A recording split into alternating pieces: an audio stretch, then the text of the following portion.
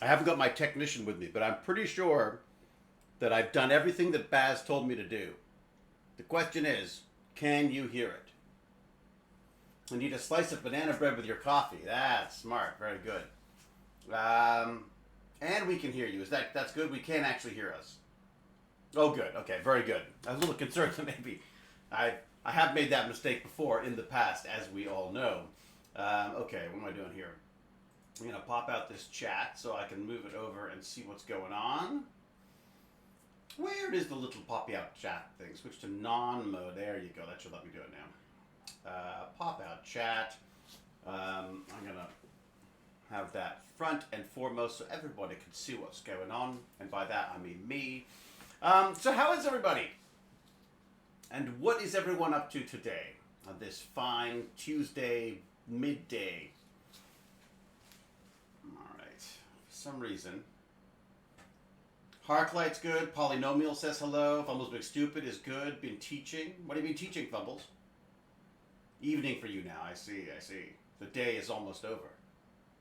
I need to move this over so it's not drawing me quite so far away from the camera. Look at that. I'm using all my acting skills on streaming now. Biology. Wow. So what are you doing in biology right now? I'm gonna eat my delicious carrot cake that my wife just mysteriously pulled out of an oven yesterday. Just like, oh, by the way, here's a carrot cake.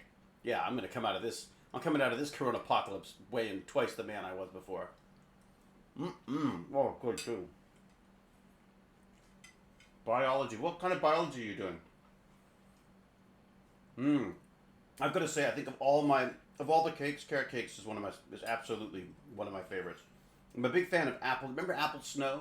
You know, I've done apple snow before with the apple sauce, basically with meringue on top.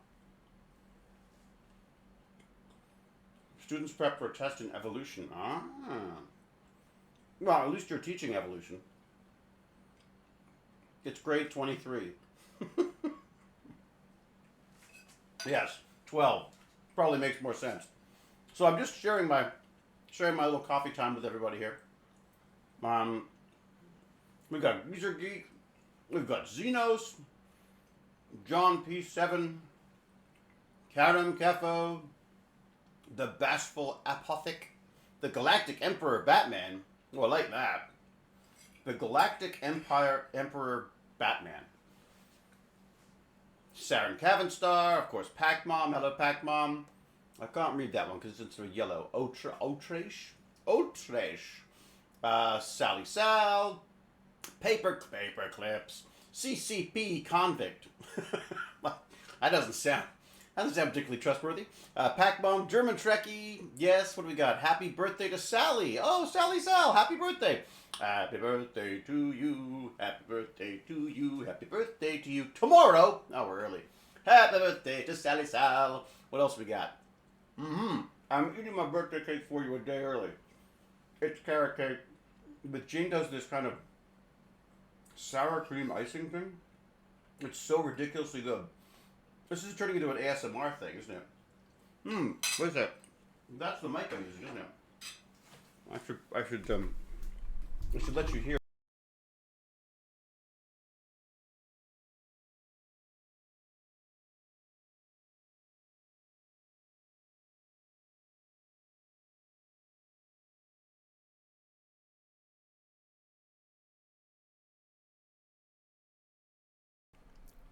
Did it come back? No sound. Here we go. Sound. Still no sound. Okay, now. No sound. Yep. Okay, there you are. Yep. Yay. Everyone's good. Okay, good.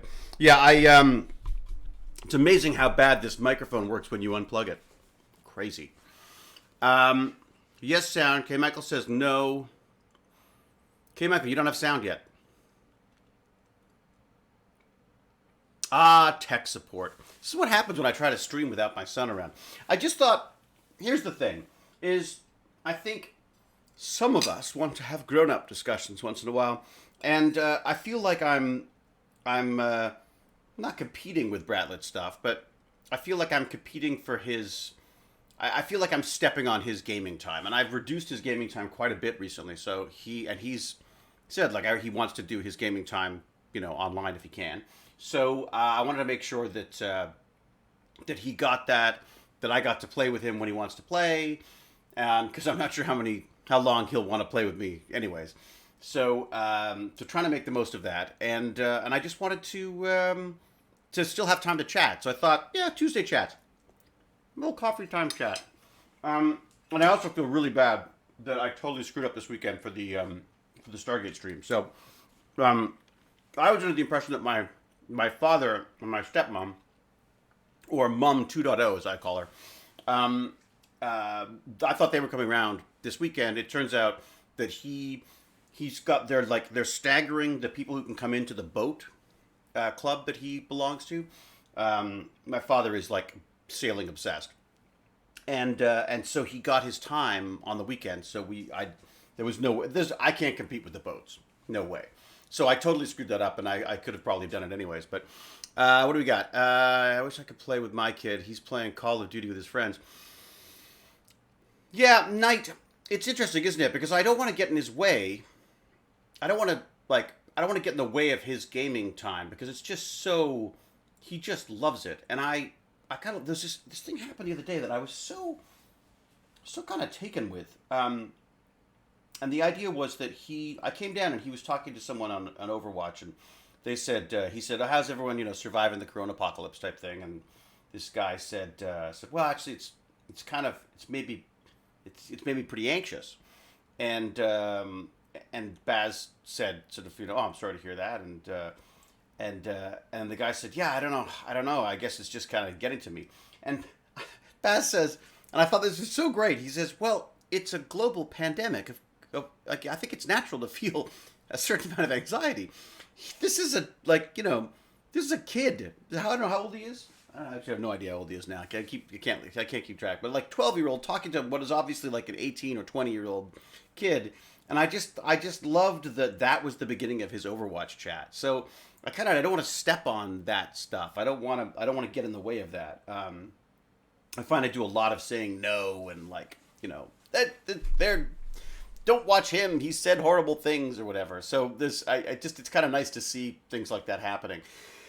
And as I say, I'd like to, if he's willing to play with me, I want to do it because it's, I can play basketball with him for a little bit, but I suck at it. And frankly, I'm old. I've never been able to play basketball particularly well. So what's that? You just noticed the Atlantis Tower and water outside the viewing window, or was it there before? What's this one? Which is it? What are we looking at? Soda Crafter. Thank you very much for the subscription. 3 months. Woohoo! How's the crocheting going, Soda Crafter? I haven't checked in. We got new Star Wars characters. I gotta play a character with lots of. It's funny. I've spent so much time avoiding any kind of prosthetics. I don't like the idea of getting stuck in prosthetics any more than I have to. But there's a part of me that just kind of wants to be one of those sort of imaginary characters right now. I'm gonna have to play with some. Cosplay or something. But there's the problem with working in that stuff. And I should ask. I really should talk to. God, I've completely blanked out his name right now. The beautiful guy who works with Guillermo all the time, who I've met numerous times, and for some reason I've completely blanked on his name again today. He's got one of those strangely generic names that I keep screwing up. But he played Doug Jones. That's it. Yeah, Doug Jones. It's this weirdly generic name, and I'm always like, is it a Scott Smith or I always get it screwed up. But yes, Doug is Dougie as they called him. I just don't know how he does it because he's in prosthetics all the time, and not just prosthetics, like full, bizarrely, complex mechanical stuff and all the stuff he's doing on Discovery and stuff now. But he just plays these wonderfully iconic characters. But I don't know if I have the he's like a saint, and I am far from that.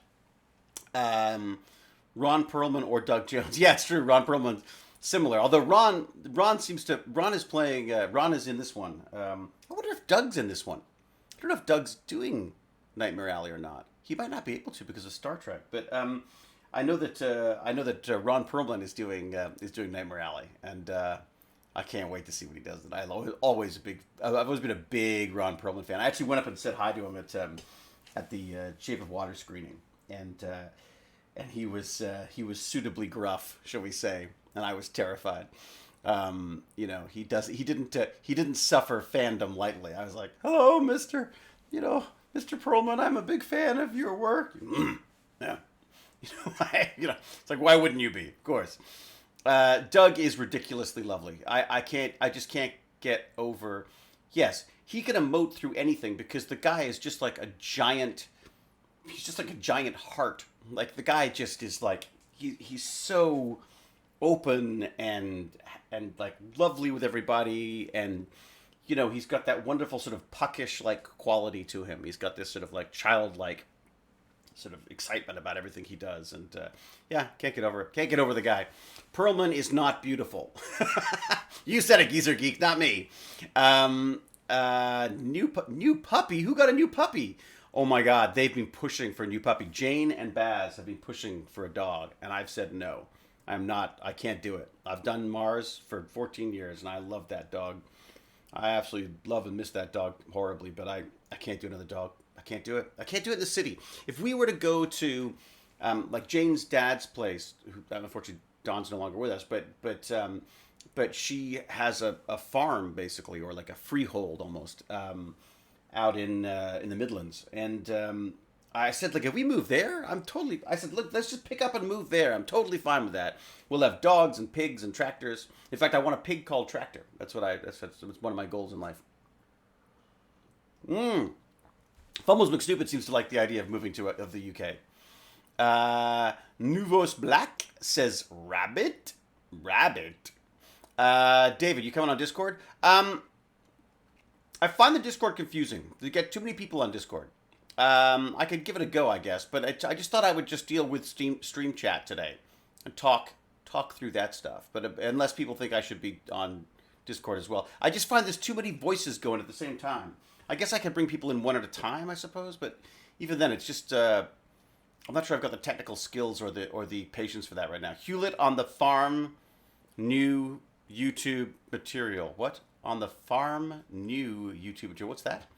Hewlett on the farm. Ah, I see. I was like, farm new. I thought it was like farm new was like a new type of. I'm so paranoid about like missing out on memes or something. We could queue 2 meters apart, says Fumble Looks Stupid. Farms tend to have lousy internet. That's the only problem, Ruby K. It's not terrible internet, but it's nowhere near what we've got here. In fact, we started streaming, I believe. Did we start streaming while we were in the UK? I think we did. And there were some days it was like, forget it, never gonna happen, So, how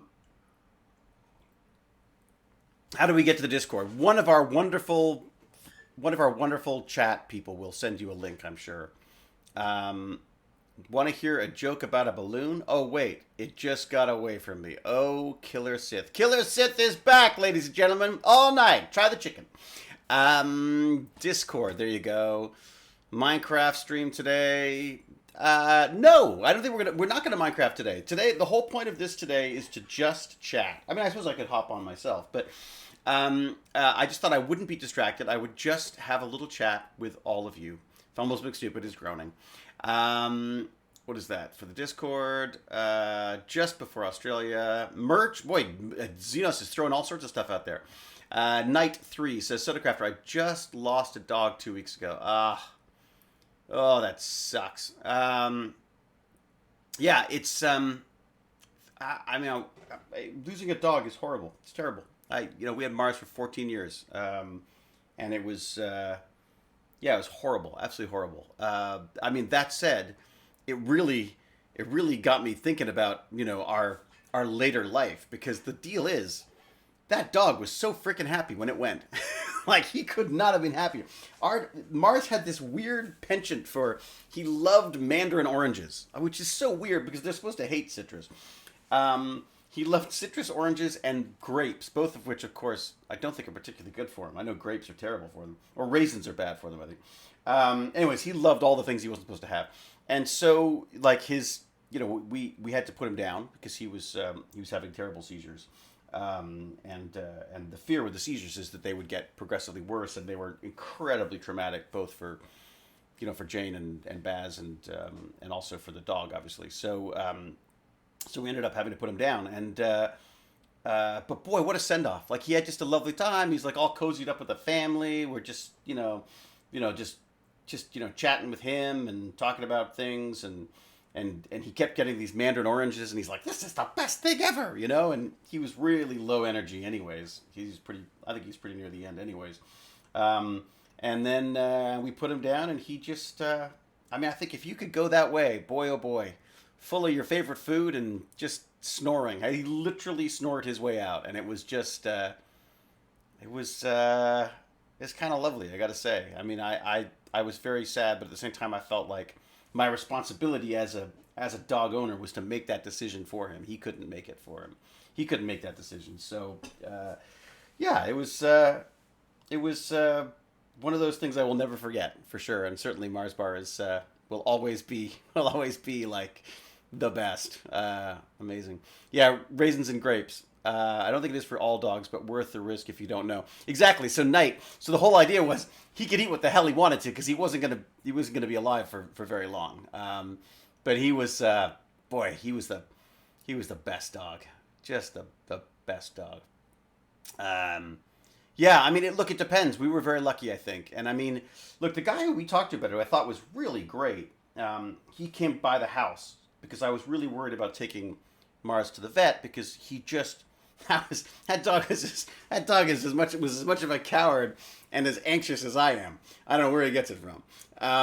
So when I met him, actually with the dog, when I first met him, we went to go walk dogs at the kennel. I think it was my mother's evil plan was to get us to have a dog, and so we went to the kennel to just walk dogs that were being, that were up for adoption or up to be put down. As was the case for Mars, and we're in Vancouver and it's pouring with rain and it's misty and you couldn't, like, it was just miserable outside, and we'd gone and we'd met this one dog in the cage, um and he was in the run, and then he proceeded to turn around and literally attack one of the volunteers at this shelter. Like, literally, this massive dog suddenly just turned. I think he was playing, but he was too strong, and he just took this woman right down to the point where we had to, like, get the gate open and get in there and sort of extricate this woman from this dog.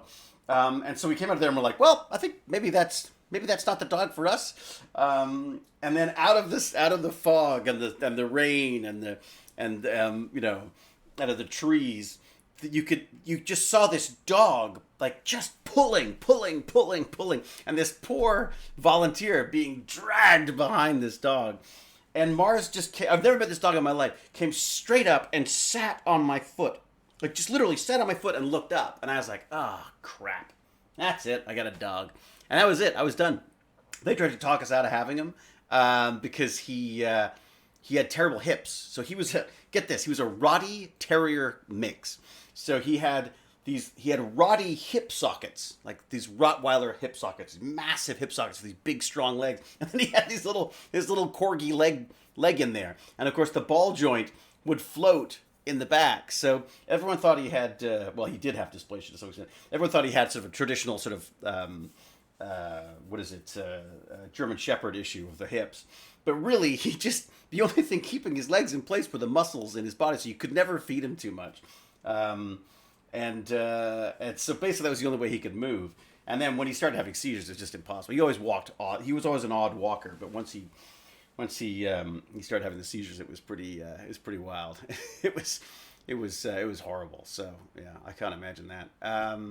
Anyway, yeah, it's right. We didn't adopt him. That's Pac-Bomb's so right. We didn't adopt him. He adopted us entirely. So I sort of don't want to go there again. Herm's cat, what are you saying? I got a 120-pound German Shepherd called Charlie. Charlie! They took my dumb Charlie. Great fun to walk, and biggest lapdog you've ever seen. That's the problem with the giant dogs, is they all think they're like little tiny miniature poodles or something. They love to leap in your lap. Mars was just like, and luckily Mars was one of those dogs that was, because of his sort of disabilities from the very beginning. I've had a disabled dog. It's so funny you have dogs for the disabled. This was a disabled dog. So he was, we would love to be in our laps if he could, but there was no way he could get it there. So, Yeah, dog be like, save me, says K. Michael. That's right. I'm determined to not get another after losing my 14-year-old fur boy. Uh, yeah, Annister cat. Like. I think you have to be in the right.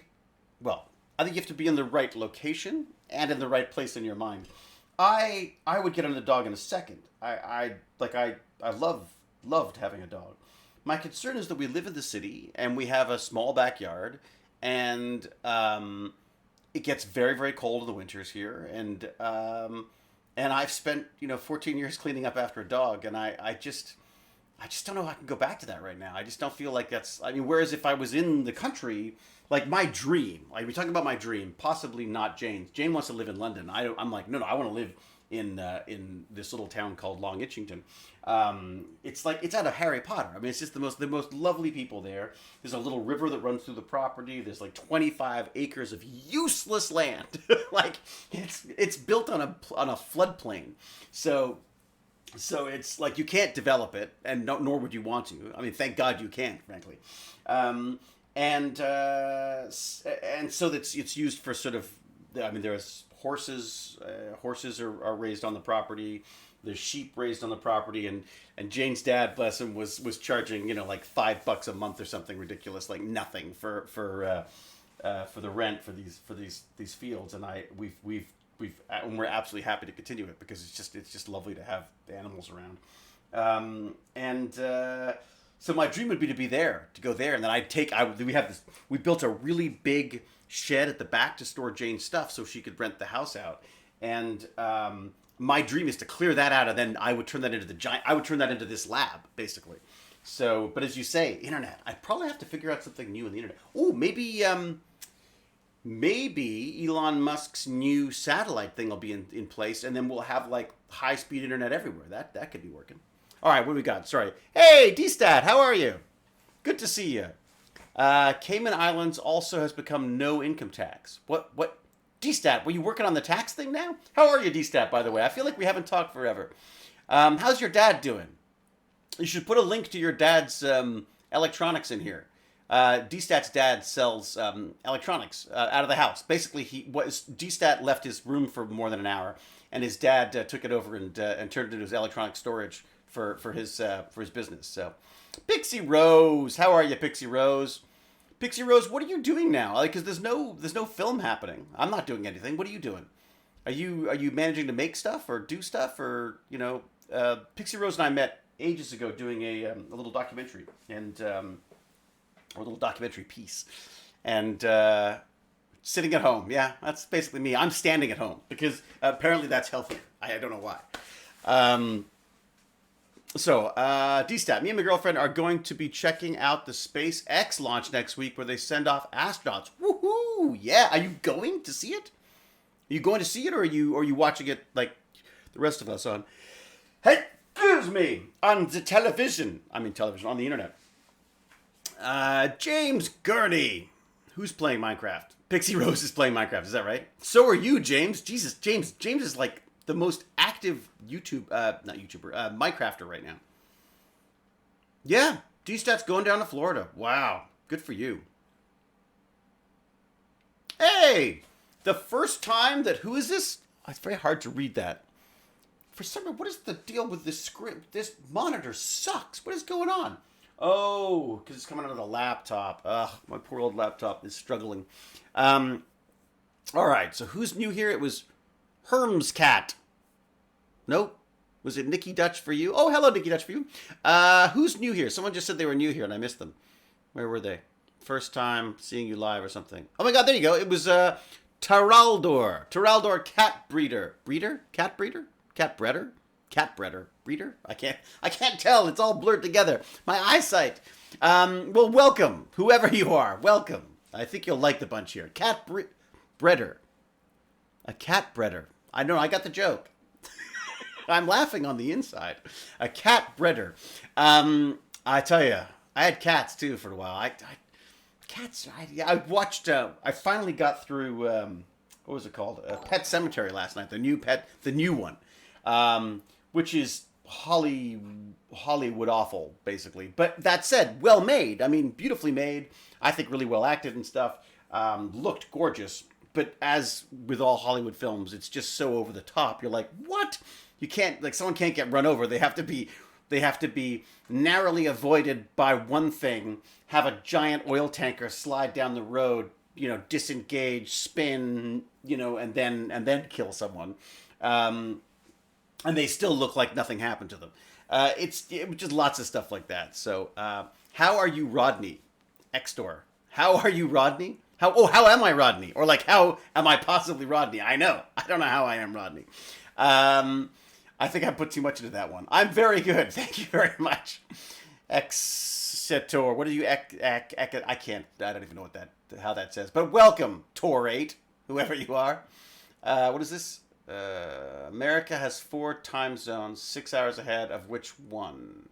I see. Nightbot is telling us that we've got a Discord. Very good. Thank you, Xenos. Anistar Cat. Hello. Evening Star. Drama in the action. Fumbles Look Stupid says, wow, the pets are getting vicious.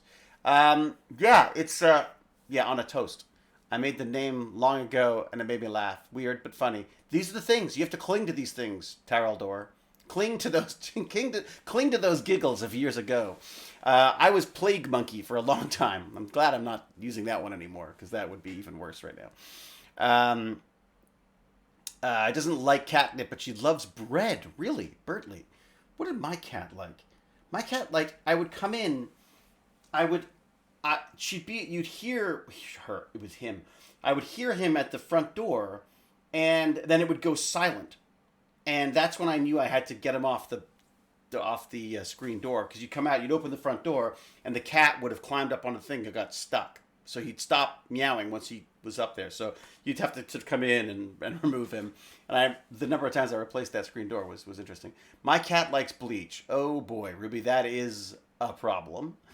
Yeah, you may want to avoid that. My cat just vomits at everything spoiled. Oh yeah, Nicky Dutch. There's nothing worse than the cat. My cat. So get this. So my cat Max. He was Max. He was this all-black cat that was given to me by a friend of mine as a kitten, and again, I didn't want him. He just showed up, and I was like the only person with an actual that owned a house at the time, I think. So I was given this cat, this little kitten thing, and very cute. It sort of roamed around. It was a very cool cat, except that the problem was what they don't tell you is when you get a cat neutered or spayed. I think which is the one, neutered or spayed? I don't want to know.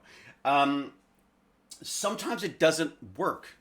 So my cat continued to sort of shake its behind and spray, even though it had been neutered.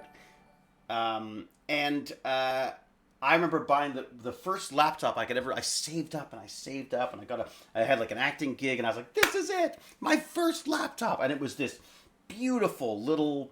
I think it was a Toshiba. God, I can't remember. I have to look it up. And it was like LCD screen, like LCD liquid crystal way back when it was literally, there's no graphics. It was just, it was like a giant calculator screen. And I got it all set up, and I loaded my DOS. This was back before Windows DOS too. It would have been, it was MS DOS. And I loaded it all up. I put on like a text editor of some sort so I could start. And I said to my friend Andrew, we're going to go write in a cafe, because that's what we wanted to do. We wanted to be writers and write in a cafe. He's now like a big what is it? A showrunner down in California and Hollywood. Anyways, point being is, so that was the plan. So I put it down. I went to call him, because this again was back in the day when you had landlines instead of cell phones. And I came back and I picked up the computer and I swung it over it came with a cool, little backpack thing, and I swung it and I put it on, and I sort of said, what is that? That's weird. What is that? Why is it all, oh God. And the cat had hosed down the whole bag, the computer. I hadn't closed the bag. It was in the bag. It was on the computer. The rest of the time I had that computer, there was a slight cat-like smell to it. Oh God, it's awful. Anyways. Darwin Phoenix says, King MC Plays, this is the most chilled Bratlet stream ever. Hello. What is the most chilled Minecraft stream ever? Yes, hello Bratlet. How are you, buddy? What's up? It's the Minecraft stream. What Minecraft thing? You're Minecrafting? No, the name of the stream is it's Chilled called. Minecraft. Oh, I see. That's because I didn't change. It's because I don't have my technician here. You see. Baz. Hi, Baz. Call it. Oh, what should we call it? What should we call this? COVID coffee? Or cheeky? Oh no, cheeky geeky coffee chat. How's that? Cheeky geeky coffee chat. How do you spell that? Cheeky. That's good. Yeah, and then what? Geeky. So you think? Geeky coffee chat. Oh, coffee has 2 E's. I'll misspell my coffee, son. Just chatting? Yep. Is that what it's called? Huh. It's my technician. Everybody. Ladies and gentlemen, Bratlett, my little technician. The guy, he's my Zelenka. Except, it was more like my McKay, actually. I'm more of the Zelenka in this relationship. I get it all wrong all the time, so. How are we doing? Yeah, all good? Just checking out some stuff. Just seeing. He's checking it out now. He's just doing he's doing tech support. Mute that. Yeah, looks good. Yeah. I love this new overlay, by the way. Was it Nerdyverse who did this? Yeah, that works. Yeah, it is. Nerdyverse's new overlay. Nerdyverse, hey, Nerdverse. There you go. Nerdverse, it was you who did, I get confused with all the different nicknames and things. Nerdverse, it was you who did this overlay, right? Oh, Evening Star, Zelenka did things right. Silly Evening Star. Did I get royalties for the use of my name in Cheeky Geeky? Ah, sorry. Anything that has the word geek in it, you're covering now. Geezer Geek, is that it? What's this? Hermes Cat. What's Hermes Cat said? I'm confused. I've lost the track. I lost the thread. Discord. Yes. Oh, it's an overlay. That is the tower thing and water. Very cool. Yes. You do not have... Ruby K's shutting down Geezer Geek. You do not have copyright on Geek. When did Zelenka get things wrong? He was always saving McKay. Oh, Karem. Oh, jeez. Karem. How do we need to... you also have to teach me how to bounce people. Oh, okay. So that...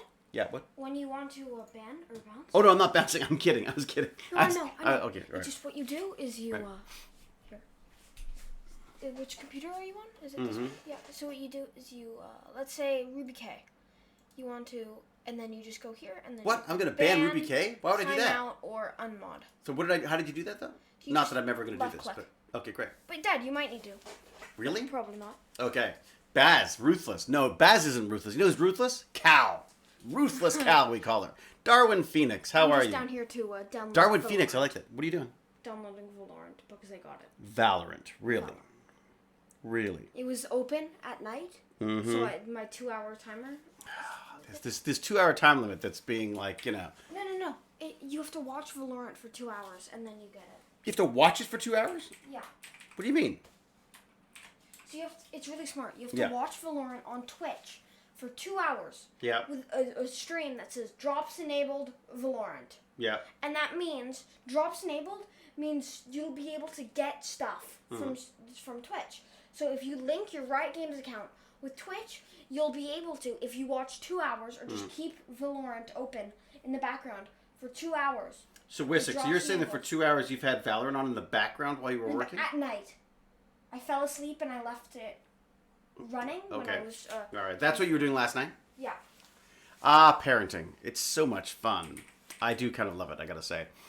Same old Shane! Hell knows no greater wrath than a banhammer. It's so true. So, Same Old Shane is the magical man behind the 1440 Makers streams. And we are doing another one, which is going to be awesome. Thanks again to Shane. We're doing it next Monday. So, it's going to be a good weekend then. So this weekend you're going to get a Stargate, a live Stargate stream. And then the next day there's this whole 3D design thing. I'm so... Well, first off, so thankful to Shane for sorting all this out. It was Shane's idea. He said, let's do one that I can sort of blather on a little longer on. And so I thought maybe this 3D design thing would be a good way to go, because it's one of those skills that I see. I tweeted about this today, but basically it's infiltrated its way into basically every profession and job and art on the planet at this point. There's very few things I can think of that aren't affected by 3D design. skills. So I think that if you want to rule the world, you probably want to have some 3D design skills. And the 1440 makers are the place to go for that. They're also the ones who raised a lot of money for the Australia bushfires, not to keep them going, but to support people who've been through them.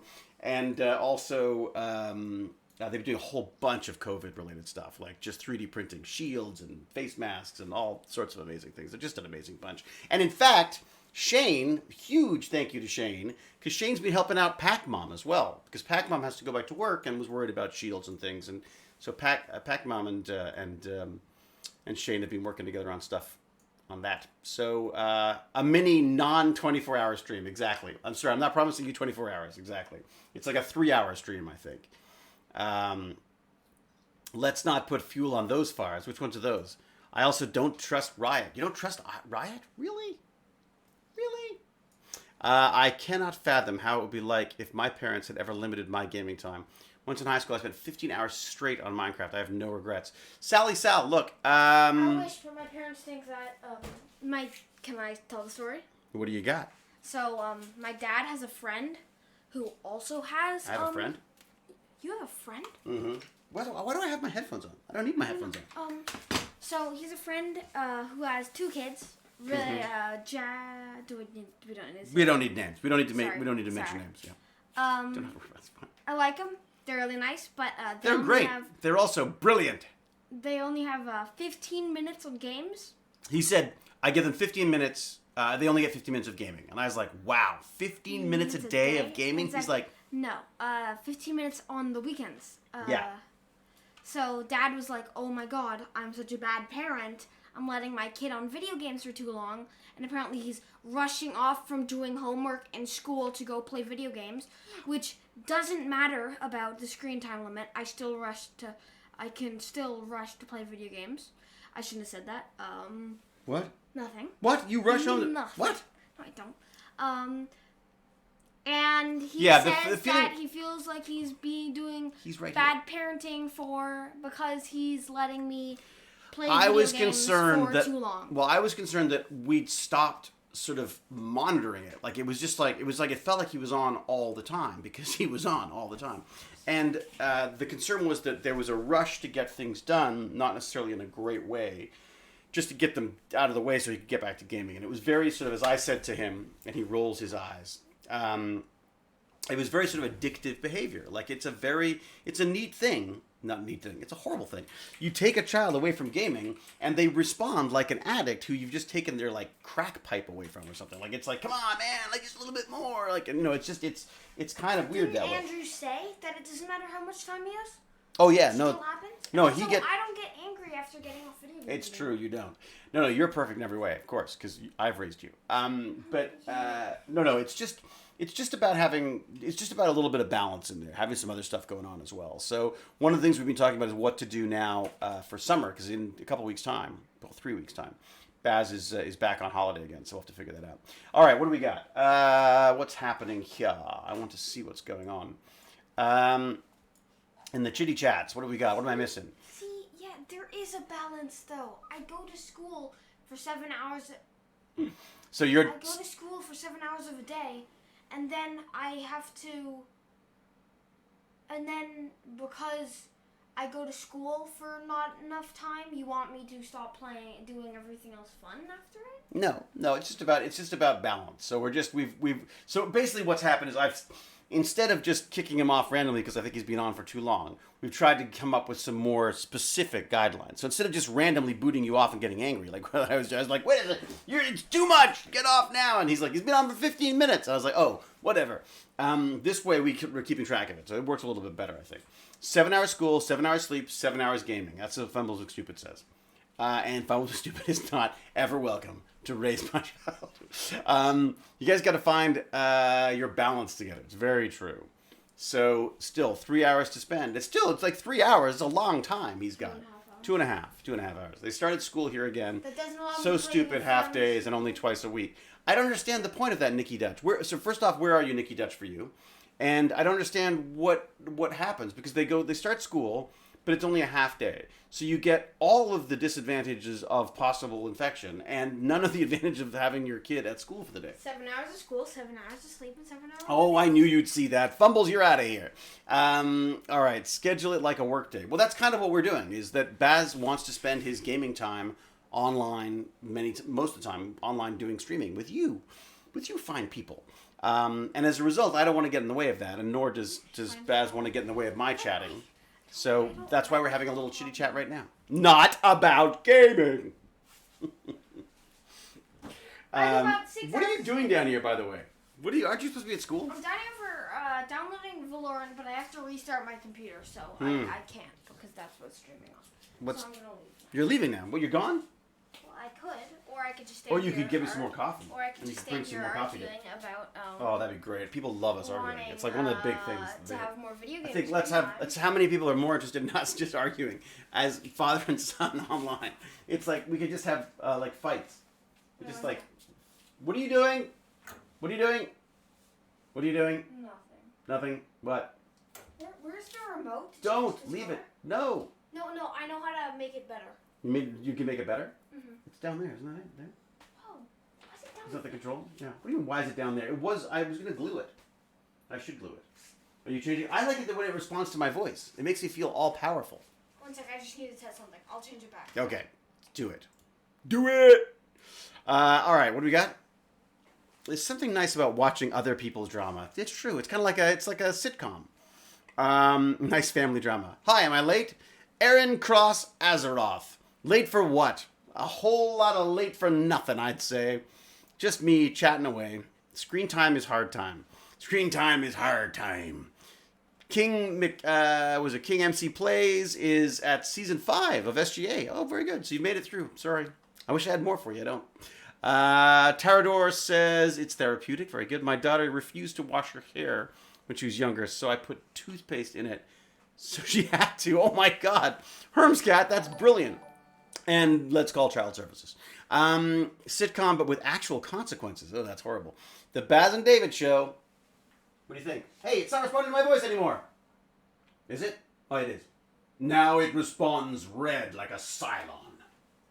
Ooh, it's kind of red Cylon. I like it. Are you going? What are you doing? No, I can go. But you don't have to. I'm just saying. I might go for some more coffee at some point. Cal just subscribed for 8 months. Cal, how are you doing, Cal? I missed my Cal. I'll take your coffee. Can I get a meow? I mean, no. Is there coffee? No, you're not drinking coffee now. Don't get into that. That's it. First it's a coffee. It's a gateway drink. Next thing you know, you'll be drinking. What? One sip. All right, so you have one sip. Don't gulp it down. You'll be bouncing off the walls. Oh God, look at it drooling everywhere. Oh, horrible beast. What? It's dead. What is it? Oh, it's one of those. Centipede. What is it about those things? I can't. They're everywhere. I can't stand them. I shouldn't say that. I want to look at it under a microscope because I bet you it's really horrifying. They're those little ones that go like. I'm gonna head out. I'm gonna go to school now. Yeah, okay, dude. Let's head out, man. See you later, okay? Yes. All right. Good Bro, excellent. Rock Was and it roll, bro. Flipper? Flipper. Noggin. Noggin. Oh, dude. All right, Yeah, yeah. Buzz off. Go get an education. Oh, my God. All right. I love you, buddy. Yeah, silverfish, I think they are. Yeah. It's almost that bad. She does to shave her own legs, blood everywhere. Oh God, Angry Educator, how did we get here? Adorable. Sorry, love it. Oh, you two, so cute indeed. Baz is. I always said I'm not going to be my son's best friend. I'm his father, for God's sake. And I'm not my son's best friend. I'm his father, very much so. But we do quite get along. It's lovely. I miss him when he's not around. All right, my sister has cerebral palsy and an independent streak. Wow, that's a combo. That is definitely a combo. Have I ever read Aragon? No, I haven't read Aragon. You know, Oswald and Santos. I think we have it somewhere, but I don't think Baz. Trying to get Baz to read a book is like blood from a stone. Baz has no interest in reading at all. It's a bit worrying. No harm in having fun with him, David. No, it's true. Thank you, Hermscat. It's true. And I do have fun. Like I just like this is the thing is I think the gaming thing is much maligned because I think people get very sort of freaked out about video games, it's terrible things. I mean, like Baz was playing GTA the other day, which I gotta say I don't love. I mean, sorry, Jane and I used to love it. We used to play it. But I don't love it for a kid. I couldn't believe, like, how many, like, there's just so many, like, it was quite, I was shocked, to be honest, at the new one. But at the same time, I'm watching it with him. What I do is I put a splitter in the audio out so that I can listen to what's going on while he's playing without interfering with his playing. And that's been kind of eye-opening, I'd have to say. But it's just, I think you need to know what, I just kind of need, not that I need to know what's going on all the time. I just want to know so I can talk to him about stuff. There's an amazing podcast series, which I would recommend anybody to have a listen to. And it is called The Rabbit Hole. And it's a New York Times, I think, based one. And they just do these, well, that's basically that. They go down the rabbit hole of the internet, just things that have happened. And if you want, I mean, it's incredibly paranoia-inducing, I've got to say. But one of the things that's come up recently is talk about PewDiePie and some of the sort of the racist issues and ridiculous things that he said in the past. And how it's sort of turned into this battle between the old and the young. Like, the young are like, what's the big deal about making everything's got to be so politically correct and all this kind of stuff. And there's a part of me that's really, that I get that. I get that feeling of, like, oh, adults, they don't, everything's so serious and, But there's another part of me as a parent and as someone who sees the world the way it is, who's I find myself just absolutely shocked at some of the jokes and the things that are said that are supposed to be just like, they're just trying to get a rise out of you type thing. I'm like, yeah, but they do get a rise out of me because they not offend me. Offend's the wrong word. I think they undermine the progress we've made with with just women's rights and racial stereotypes and all sorts of stuff like that. Anyways, I don't want to go political or anything, but it's not about political correctness. It's about developing a sense of care for others. Yeah, Bertley, that's absolutely it. I think the biggest thing that I have and that I absolutely love seeing in my son and that I keep hearing about, and I'm always like, my assumption is always that he's done the worst thing because that's how I was raised, and in most cases my parents are right. But my son has a sense of community and a sense of team. Like he can work as a team in a way that I never could. I was never a team player. I absolutely prefer to be alone, generally.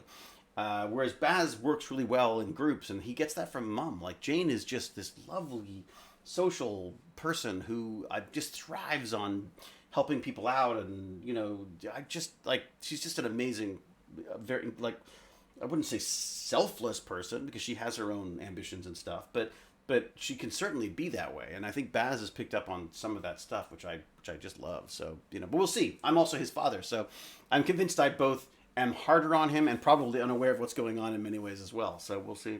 That's so awesome. My sister's speech is mostly consists of swearing at people who can't understand her speech impediment and doing it with an entirely straight face. That's kind of fun though, Angry Educator. You got to say, like, you got to be. There's got to be. I remember when I first met Q. He said that you'll know we're friends when you can make fun of my disability, and I thought that was kind of an interesting sort of take on it. It's a very unfortunate rabbit hole. Understanding the community versus understanding outrage culture. Yeah, I mean, there was a really interesting Stephen Fry said on Twitter where he said, like, F you and your outrage, like, or that you're offended. Why should I care if you're offended? Offended doesn't shut me. Offended has become this way of, like, shutting people down when it should really be about, you are offended and thus you are wrong. I am offended, so thus I am a victim. There's a sense that we need to be able to have discourse about this stuff. We need to be able to talk about this stuff. I'm not saying everyone should be given equal time, but at the same time, I feel like this idea that this fear of offending is a little worrying as well, because it becomes its own sense of censorship, if that makes sense. But who knows? All right, will you ever do a YouTube live stream? So here's a question. King MC Plays. Why would I do that? Is it better? Do you prefer YouTube live stream?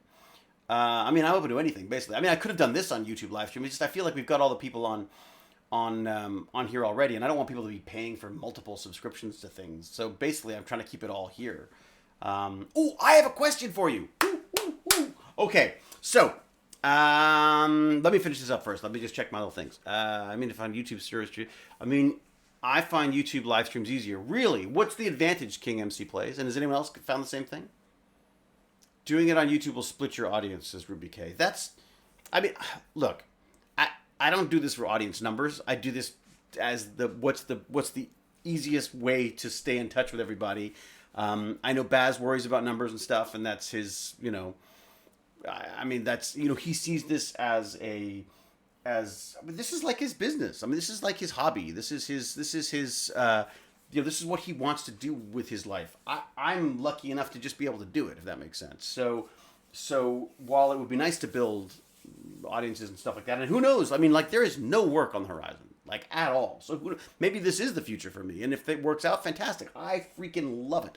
But at the same time, I just want to make sure that I'm doing it because I want to do it, not because I feel like I have to. Like, I've always had that mentality towards the conventions as well. Like, when I feel like it's work, I don't want to do it anymore because I just don't think that you're not bringing the right energy to it, if that makes sense. So we'll see. Anyways, oh yeah, I will be willing to talk to Baz on taking this further. Yeah, D-Stat's got a whole bunch of ideas on how to go further with this stuff, and I'm sure we can do further. I just want to be careful. Again, I feel I don't know. I guess I feel like it's got to be very clear to everybody what's going on. Like, what I said that Baz could keep his share of the Twitch stream, but I wanted to use mine for Tech Bandits, and obviously the Patreon is purely Tech Bandits related stuff. The T-shirts, I don't know what to do with that. I want to make sure that Jack Jasper gets some of that money because he did the designs and stuff and has just been instrumental in helping us out. There's not really a lot of money coming in from that, anyways. I got a check for like $28, I think, the other day. So it's not like it's a big money business or anything. But I will say that I do love the idea that this could be. I love the idea that nowadays you could do this. That this could technically be. This could be it. Like, oh, it's the cheeky geeky coffee time with Hewlett, and that in itself becomes almost like a broadcast show or something. I mean, I love that idea. There you go, D-Stat. You talked to Geezer Geek too. I mean, D-Stat's got this stuff down. I mean, he seems to be doing a lot of this stuff. There you go. Twitch brought me my bud Pac Mom. Yeah, look, I loved YouTube as well. I absolutely loved posting on YouTube, and as you know, I post all of my burn alerts. By the way, I've been doing yoga. Today I was like, you know what, Jane, I'll do your cute little yoga in the morning, and then I'll do my my real workout this afternoon.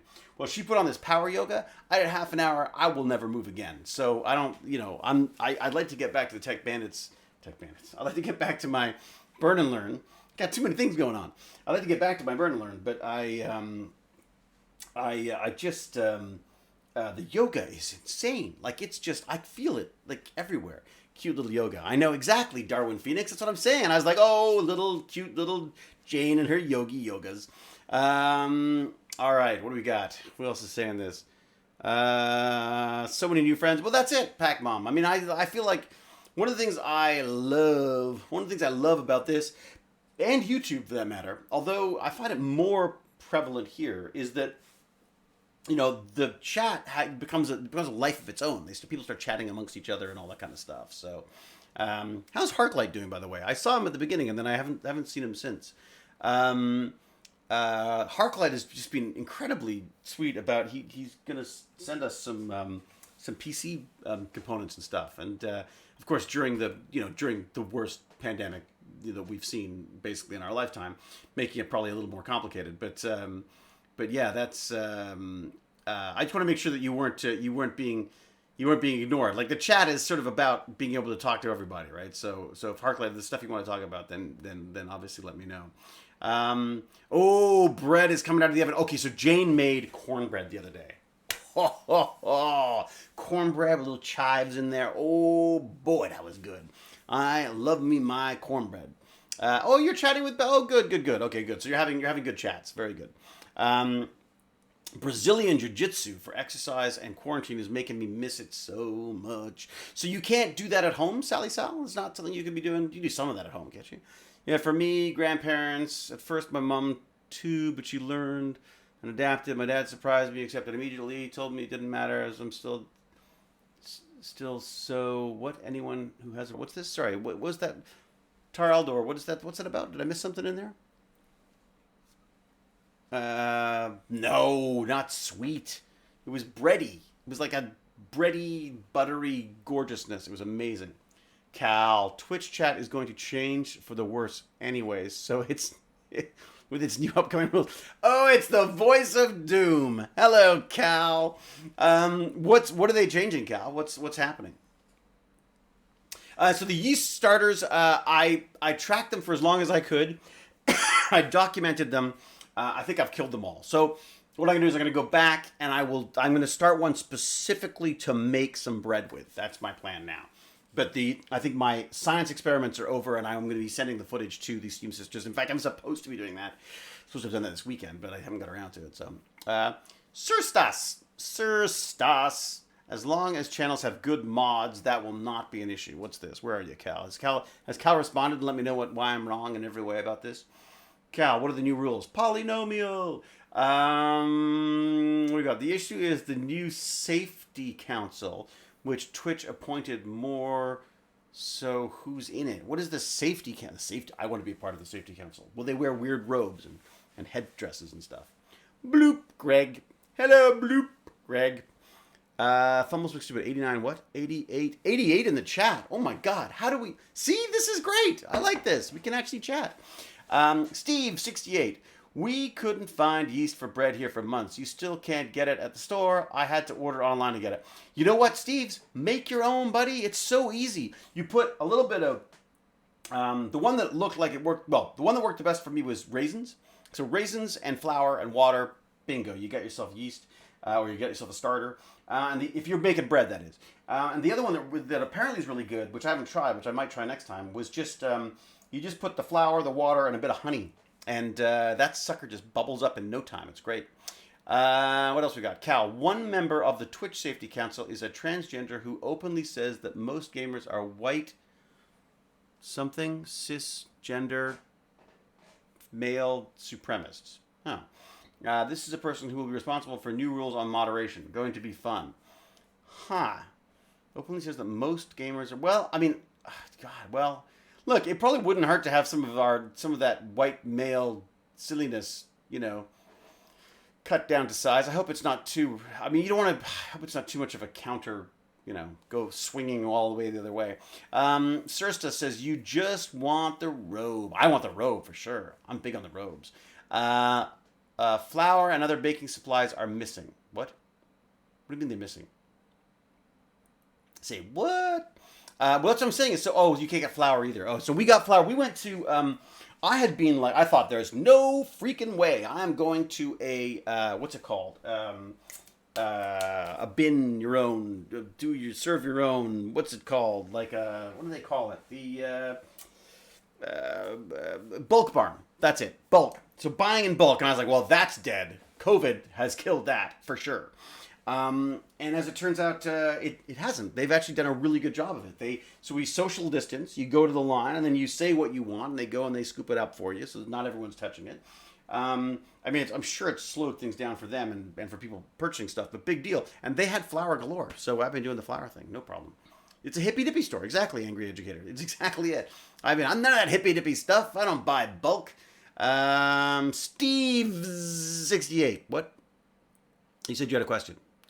Yes. If you don't want to go over the top, but it's not so bad, get rid of some of the gamers' nonsense. Yeah, I mean, look, if we can get rid of some of the ridiculous, because there's a bunch of little brats on there hopefully little brats, who are just saying stupid things. But at the same time, it doesn't want, if you're too heavy-handed with this stuff, we gotta watch out. So, wow, you're a Super Pac mom. What's Super Pac mom up to? I might be doing more stuff on camera to do webinars. I will need camera advice, David. Camera advice. I think it depends what you want to do, but depending on what it needs to look like, there's plenty. I mean, you could literally just get a good webcam would do it. Or you can plug in. You can take the HDMI out and plug that in. Do that. That might be something worth talking to DStat too as well, for that matter. What else we got? All hail the McKay. No, it's all hail Hathor. I said yes to doing one of her little chat things. She's just so excited about it, and I've met her a couple of times at conventions and stuff, and so I thought, I thought it'd be nice to sort of help her out, not help her out, but be a part of what she's doing, and I think that's kind of cool. Help her out sounds terribly patronizing. Oh, a little podcast. I thought I'd give it a go. Anyways, what else? You said you had a question earlier. Ooh, King McPlays is definitely going to hold me to this one. Yeah. So here's my question. One of the things that's driven me crazy about acting is you can't just act when you want to. I mean, I suppose you could, but you'd look a little silly. So, and I've been on Reddit quite a bit of late. And there was an acting Reddit, and I thought, oh, acting Reddit, what am I going to get, And I started looking through it, and I realized there's a lot of people who don't necessarily feel the same way that I do about stuff. And there's also a lot of young actors trying to get their stuff out there.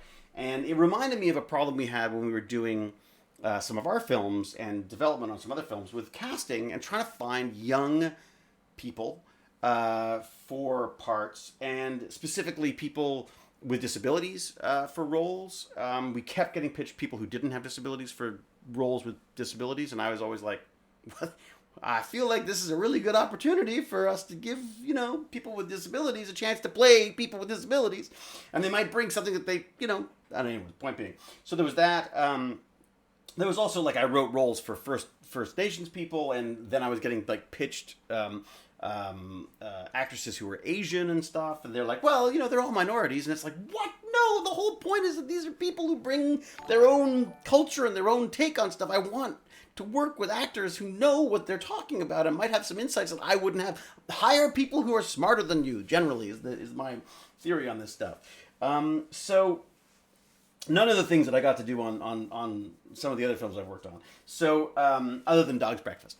And so I thought, and then I started talking to a producer friend of mine who is a First Nations, Indigenous woman who is a producer, amazing producer, produced for years and years and years. She now has her own production company. She's made a couple of films, and she was making a film that was basically a purely Indigenous cast, and she couldn't find cast. She had to hire 3 different casting people, and then she had to hold special auditions and go out and actively pursue trying to find people for this stuff. And I was like, this is nuts. This is crazy that none of us can find the people we're looking for.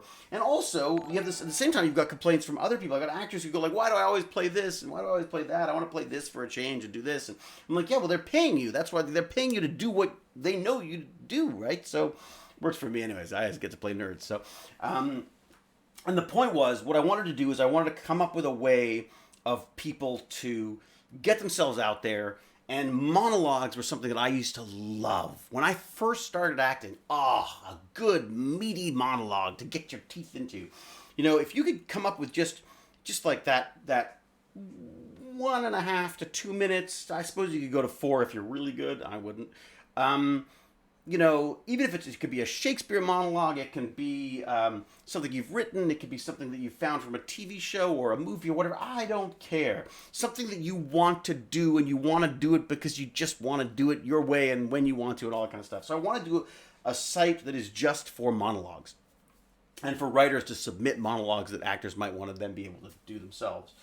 And I just thought it would be a great opportunity to get some new talent, some recognition, to get some older talent a place to try new things and maybe do roles that they're never gonna get. I want to play Lady Macbeth. You know what I mean? You're not gonna play Lady Macbeth. Chances are, well, maybe you will, but for the most part, you don't get cast as Lady Macbeth or Juliet or something. I don't know.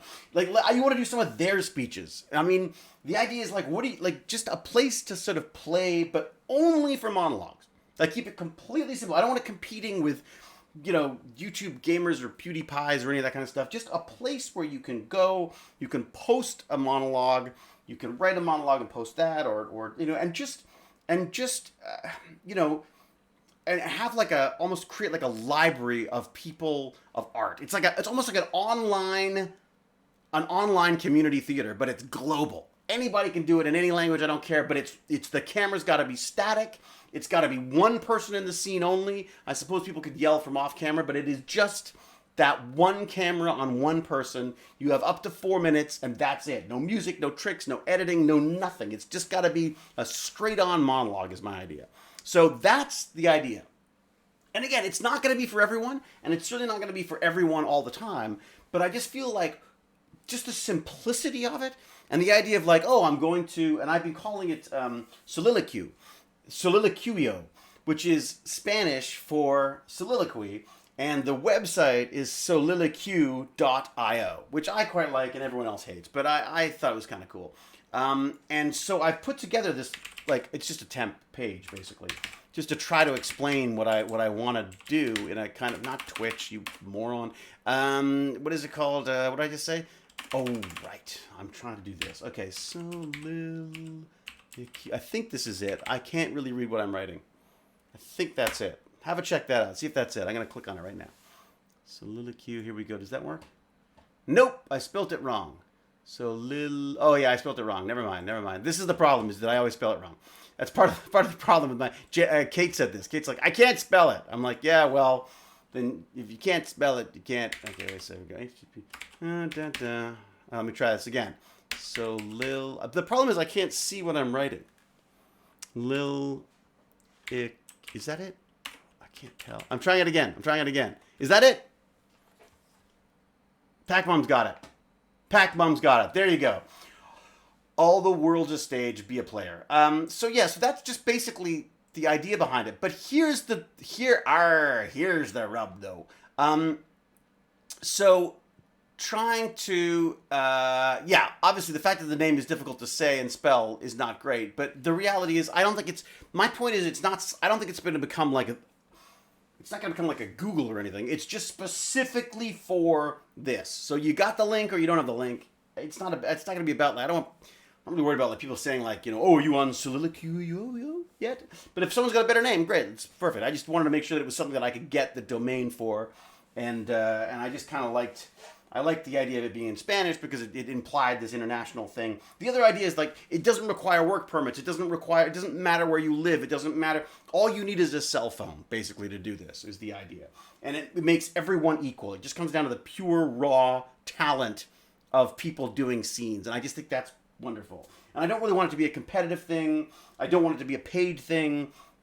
I want it to be an equalizing thing in a way, a truly like a community theater, indie theater kind of thing, which is so weird because I don't do theater. Like I'm too old and scared for theater at this point. I get too nervous.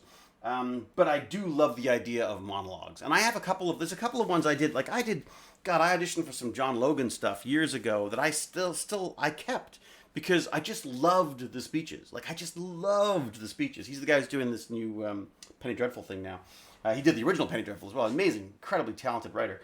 And I thought, like, I just like a place to put that where it doesn't feel out of place. And I feel like YouTube, it feels out of place. So I thought if it was, here's what I need to do. I need to cheaply, efficiently allow people to go onto the little WordPress site that I've got, which is the URL that Pac-Bomb just shared, and to be able to upload video, but not to my site, to something that's not going to cost me a fortune, because if I get 20 freaking giant video files of monologues, I'm going to be paying a fortune in no time at all. And while I would love this to be something that could pay for itself and support itself, I just don't, I think it needs to be done like community theater. It needs to be done for nothing. So I thought, is there a way to host the stuff on the YouTube channel but have it sort of all hosted together on... So is there a way to have like a private playlist on YouTube that just held all of the monologues and then showed on our Soliloquio website? So that's what I'm looking to do right now. So I'm wondering if there's anybody who... who's doing that kind of programming or knows of anyone who's doing that kind of programming. And I don't mean geeky trying it out, like, oh, I wonder if this will work. I mean, it needs to be solid, easy, simple, probably a paid gig of some sort so that I can yell at you if you get it wrong. It shouldn't be sort of a volunteer thing. Unless I guess it's a theater thing. I mean, I guess unless people... maybe there's actors out there who do both who might want to do stuff. I don't know. I thought maybe it might be worth it. Anyway, and the other thing I wanted to do was I wanted to spread the word because every actor I've spoken to about this has said, yep, great, I'll send you a monologue when you need it. Which has just been amazing, but it also indicates to me just how much this is needed, I think, by people. And especially now, like, what else are you going to do? Like, it's a perfect time for it. So the other thing I would ask people to do is to maybe let... if there are actors that you like, there are actors that you are fans of, or actors that you follow, or whatever, let them know about this, and let them know that you'd like to see them do a monologue or write a monologue, because I would love to. I would just love to start spreading the word and start getting up. Like, wouldn't it be just cool to have imagine being able to go in and find like, oh, there's Leo DiCaprio doing a scene from The Godfather, or like, you know what I mean, like just. Whatever his favorite movie was or whatever, like again, eventually, and again, at the same time, and that would get just as much attention on the site as, you know, someone from a reservation in Northern Ontario who's trying her first monologue, trying to act like, just the idea of being able to have those sort of things equated in one place, I just think would be really, really cool. So there you go. Some stuff related to this. So Oswald in Santos says maybe they could help. And, oh, great, fantastic. Well, as I say, like, so I'm putting it out there. It's very, very early. This is literally just like a temporary page. I've said sign up in that, like, send me your email if you want me to sort of include anything. And then to start, I thought I would just manually upload stuff and post it, depending on how many people there are. But the idea, hopefully, would be that it becomes something that's automated enough that people could just log into their account, post what they want to post. And again, it's not competing with the PewDiePies and the gaming and all that kind of stuff. So there you go. I don't think you can force it to work the way you want, says Knight. Really? You don't think so? In what way? YouTube's API can be a pain. Yeah. I mean, whatever. I mean, I see about the... yes, YouTube's API can be a pain. It doesn't look like they want you to do this, obviously. And also, I'd be very nervous about people posting to my YouTube channel the whole time.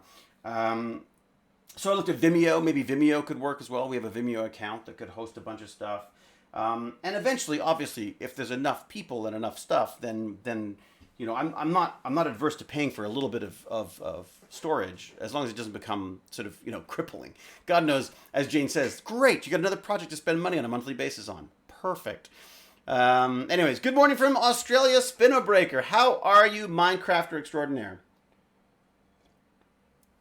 Oh, Spinobreaker, I was getting so grumpy yesterday. I had such a bad headache, and I was just trying to work out Minecraft, and I'd forgotten everything. It was driving me crazy. Yeah, exactly. So David Blue would be interested, I'm sure. You know, I've got a bunch of people. Some of the traders guys have already done that. You know, Patrick Stewart, exactly. Patrick Stewart's doing sonnets. Like, but what's so weird is like you're flicking through Instagram. There's all this like silly stuff and nonsense and COVID stuff, and then all of a sudden there's like Patrick Stewart. You're like, oh, that's really cool. And then you're back onto cat videos, and like I just want a place where I just want to go and see the Patrick Stewarts, the Sir Patrick Stewarts, or the people who haven't become the Patrick Stewarts yet. I want to see, you know, my friends do performances that I wish I could see them do. Like, you know, there's an amazing speech in, I think it was in the Grey, I think it was. And Liam Neeson does this speech where he talks this guy through what's going to happen as he dies. And I just thought, like, wow. Like, that's why Liam took the role, I'm sure, because of this one speech. It was like a plane crash or something, and some guy's going to die. I don't remember. I mean, the movie, I thought the movie was quite good, actually. But that speech was really, like, it was like arrestingly cool. From an acting perspective. And I thought, wow, wouldn't it be cool if people could just go and do that? Like, just try that themselves. So, Darling Clement definitely has a headache a lot still, I'm sure, given what you're doing. Monica Lake, WordPress might work, David. Well, this is a WordPress, definitely a WordPress thing that I've got right now. I've got a WordPress site for it. Well, Well, that's interesting. I mean, should there be content on this as well? I mean, it'd probably be good to have links to good monologues or suggestions for good monologues. Maybe even some suggestions for how to do monologues. It could be a lot of stuff there. And I thought the other thing that would be nice about that, I thought, was that then you've got stuff out there. Because my producer friends and casting friends and all of those people, they're interested in this too, right? So they'd be happy to. This would help their job. They get to see established actors in a different light. Like, you got these young Disney kids who want to do something interesting and new. So great, give them a speech from, I don't know, Train Spotting or something, and to do, or just have some fun with it. I love this idea so much. See, so do I.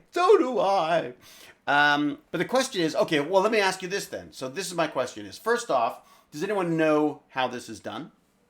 Because basically what I'm asking for is a YouTube for monologues. That's it. Like a YouTube for monologues that also allows people to post. They can post monologues or they can post the written monologues. And I think I should just keep it at that to start. Now, I suppose potentially you could have just audio ones as well if you wanted. I guess you could allow that. Although I don't know what you're watching for that. But anyways, so, but I think to start off with, I just want them to be able to upload video. I want them to be able to upload monologue files, and that's really it. That's, I think, all that we need right now for that. So how do you do that in an affordable way, and what would it cost to do it? That's the other way. That would be really good. Like, what would it cost on a monthly basis to do something like that? It's not an audition. That's it. You know what I mean? It is. It's for people who wouldn't normally be seen. When you first start out as an actor, you come in with a couple of monologues. That's usually what you used to do. I don't know if they still do that. And yes, of course, if you could have a demo reel, fantastic. And people now, their demo reel is often usually this is filmed. How great would it be if you could just say like, go to Soliloquio and check out what I've done there, and you could see my happy monologues and my sad monologues and my edgy monologues and my Disney monologues. I mean, like, you can. I don't want it to just be about casting. I want it to be about trying different things. So this won't be for every actor, I'm sure. But it also might be a great way to just sort of pool resources, like have a little bit of credibility from an actor here or there is going to help with other people who are coming into this as well. And what's nice about it is that you're helping younger actors out. You're not taking work away from yourself. You're like, the rising tide, it raises all boats. You know what I mean? That's the idea. So it sounds all very hippie right now, but the idea would be to figure that out, and then, of course, figure out how the hell you pay for it. But Harklight is a web developer. There you go. Harklight, done. Fantastic. There you go. So the idea would be you'd have a website, you'd have I think there should be an app as well, which I guess basically would just be the old HTML or the CSS or whatever it is so they're just a way of using it on your phone as well. Because ideally, if you could just use it all on your phone, that's perfect. You could watch monologues on the phone, you can record a monologue, send it off. I mean, I think that would be amazing. I can do that for Android. Yes, Android. I've done a little bit of Android development stuff. That'd be fantastic. I think it needs to be, though, I gotta say, we're dealing with actors. And we're dealing with young actors, and we're dealing with people who may or may not have resources. It's got to be open to everything. The biggest thing here is it doesn't matter what phone you've got, it needs to work on that. So maybe that's sort of why I thought a website to start. And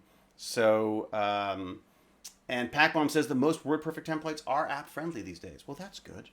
Would people be allowed to review performances? That's interesting. I think, in a way, what might be nice is to have... What if you were allowed to... My only concern is this. Constructive criticism would be fantastic, I think, on a performance. You sort of want to get feedback from people. But how do you stop people from being absolute jerks? I don't want this to crush people. I want this to be a place where people just put it out there. I wondered about maybe having metrics so you could just see how many people had viewed things. And maybe there's a way to ask for advice, something like that. But I don't think we want to do up, down voting. I don't want this to be a system that needs to be gamed. I think it really needs to be like a theater thing, like a Fringe show or something like that. And I'm sure people will try to game, but the whole nature of these things is people try to game it.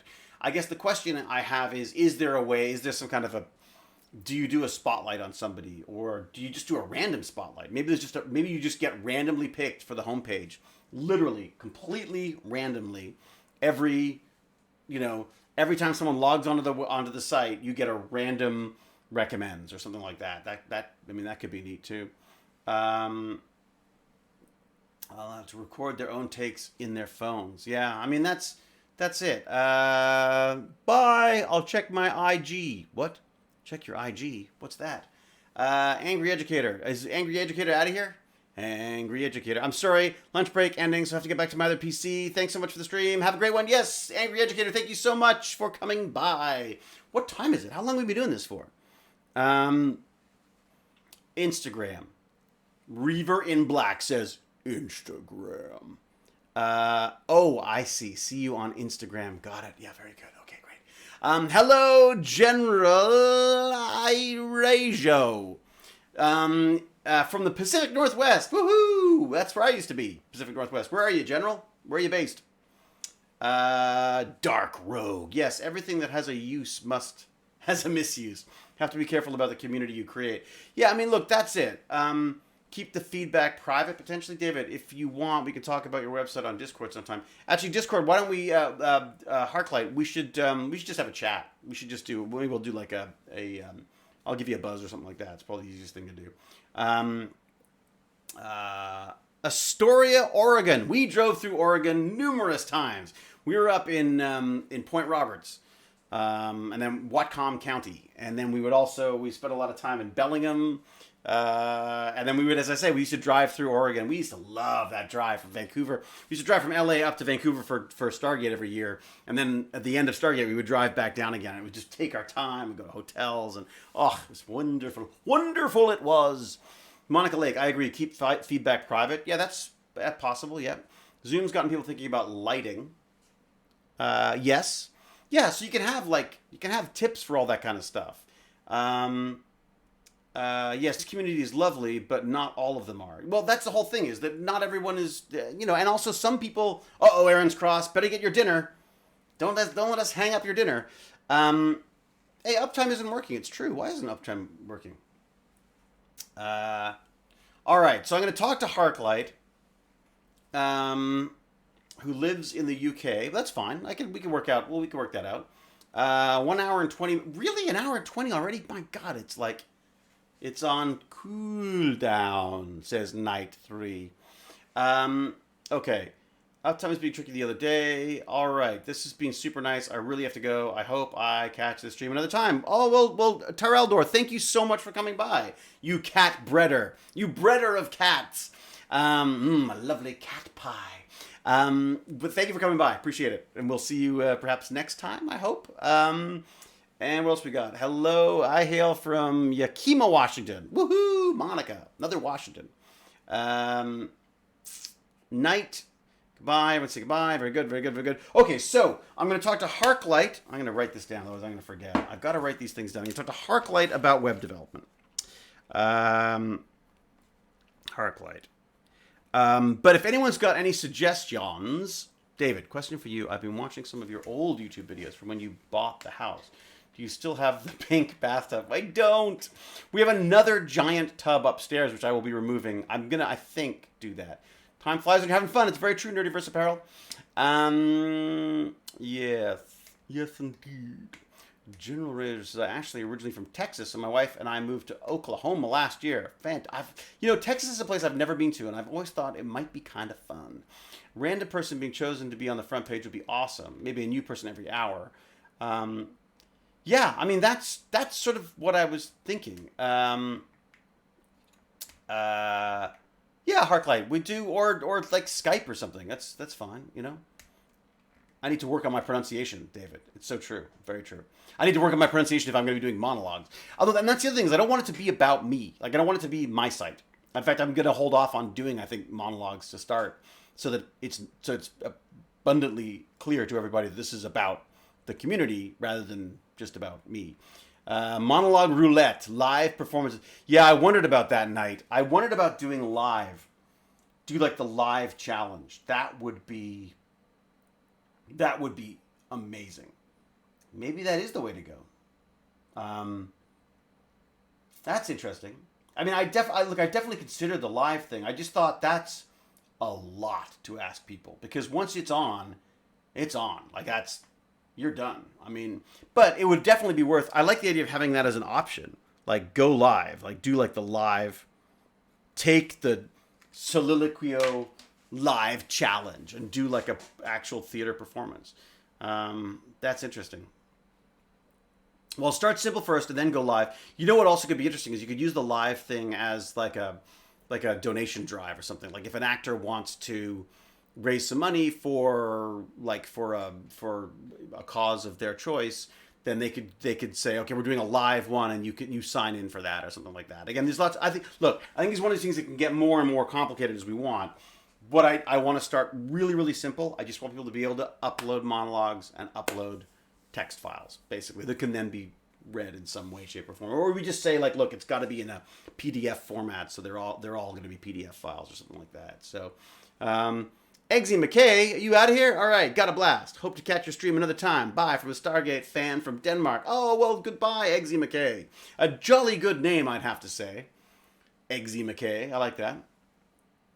Bashful Apothic has signed up for the beta already. Fantastic. Are you going to put a monologue up? I mean, this is the thing, is it would be open to everyone. Like, I just think that it's just about putting stuff up there, and you don't have to. My idea was you wouldn't post it until you knew you were happy with it, but I just don't think it should be edited. I don't want there to be any tricks. Like, I don't think this is about filmmaking. This is purely about.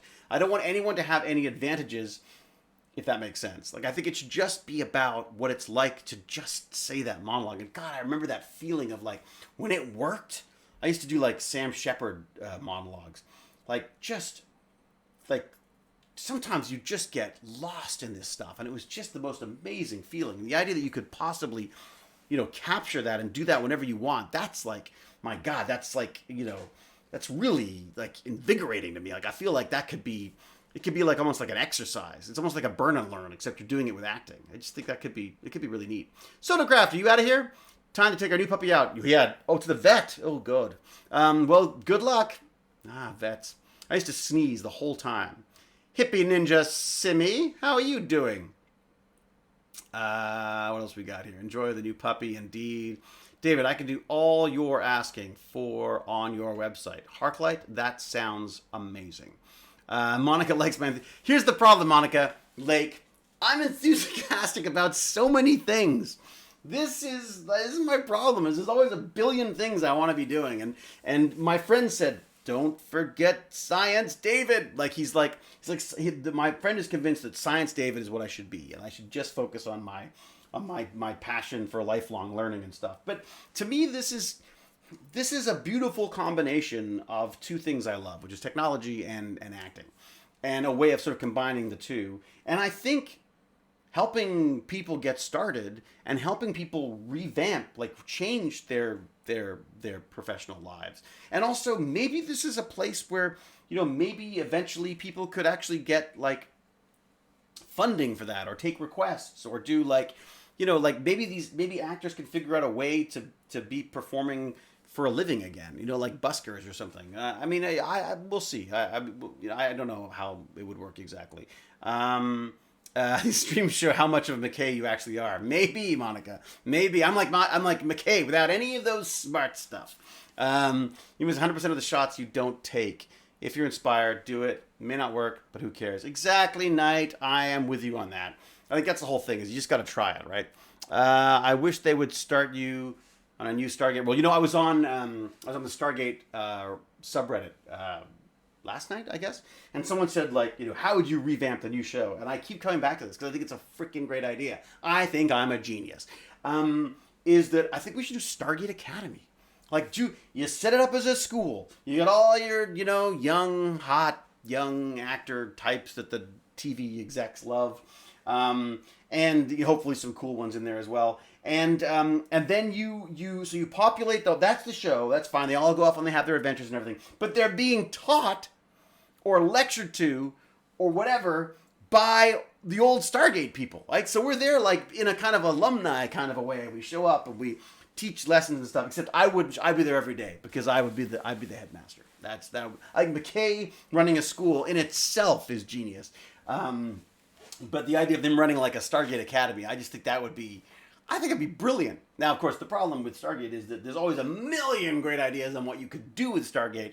The problem is that, you know, there's so many rights and people involved in that stuff. So it's not like they're for want of new ideas. It's just the real creativity needs to come in from the legal department who can figure out how to bring it all back together again and actually make a show out of it. So we'll see.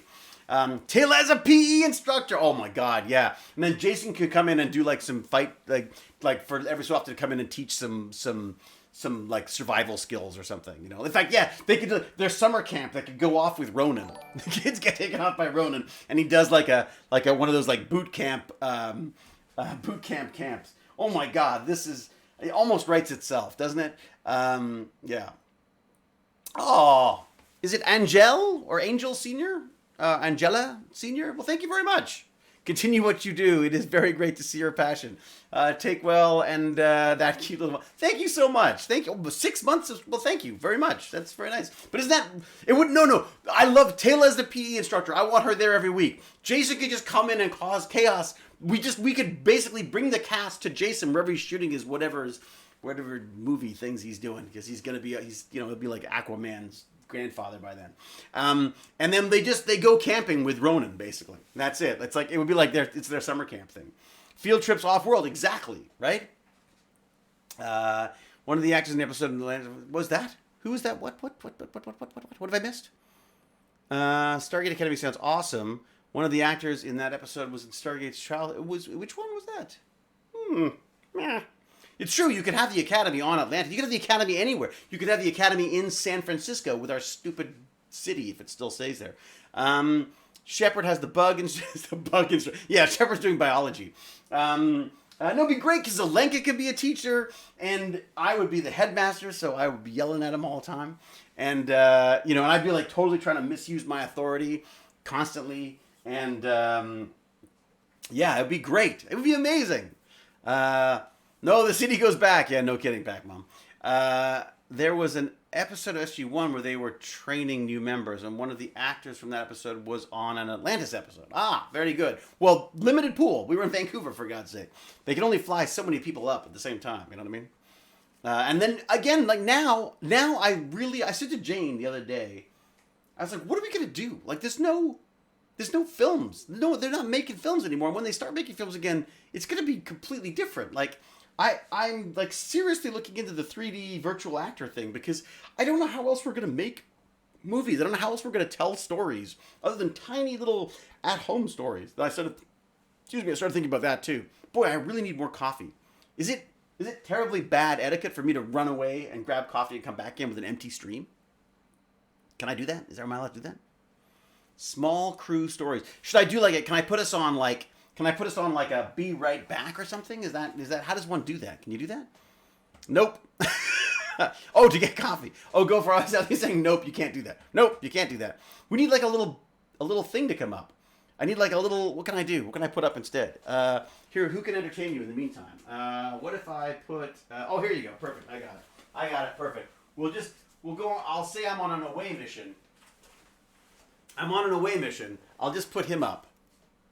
He's my way, so you can all just admire. He's a hard place to be here. It needs to be sort of set up like there.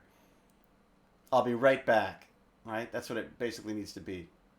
Right, but I've got nowhere to put it. Where am I going to put it on? There's got to be. I've got so many boxes. There's got to be something I could like prop it up on. Here we go. What about this? Here we go. Do this. How about that? Is that high enough? Nope. It needs to be higher again. Next one. More boxes. More boxes. Oh my God, that yoga is going to kill me. How's that? Better? Almost there. One more. Okay, this is it. Oh, look at the set design involved in this. Okay. I should just put like a Be Right Back. Oh, wait a second. No, I should do that, shouldn't I? Wait a second. Let me do that. I think I have all my little notebooks in here somewhere. I was very organized the other day. The other day I was. Where did I put all the little notepads?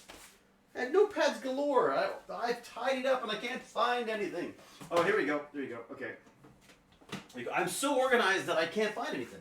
Okay, so here we go. I'll just go out for coffee.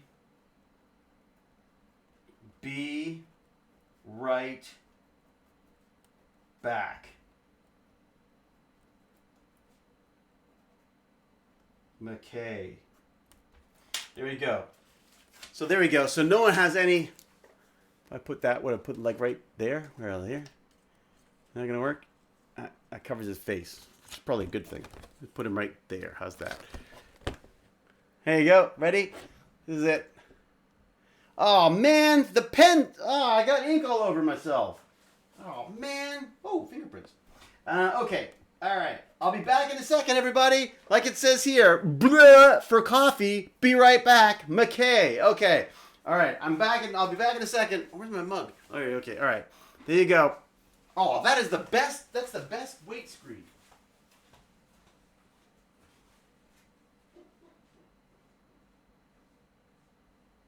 All right.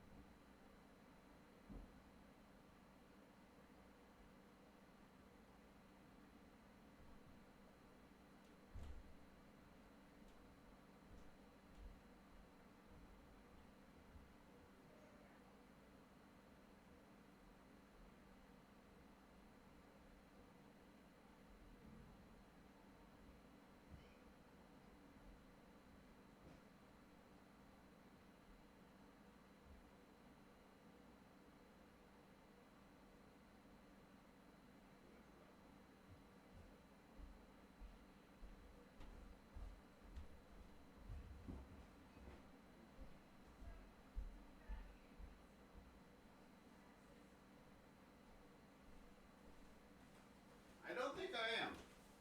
All right. All right. Well, thank you, Rodney McKay. It was nice of you to hold my place for me. Let me get. I want to spill my coffee. Jane's bought these new little pepperoni sticks. They are so good. I think she bought them for Jane. For Jane. I think she bought them for Baz, actually.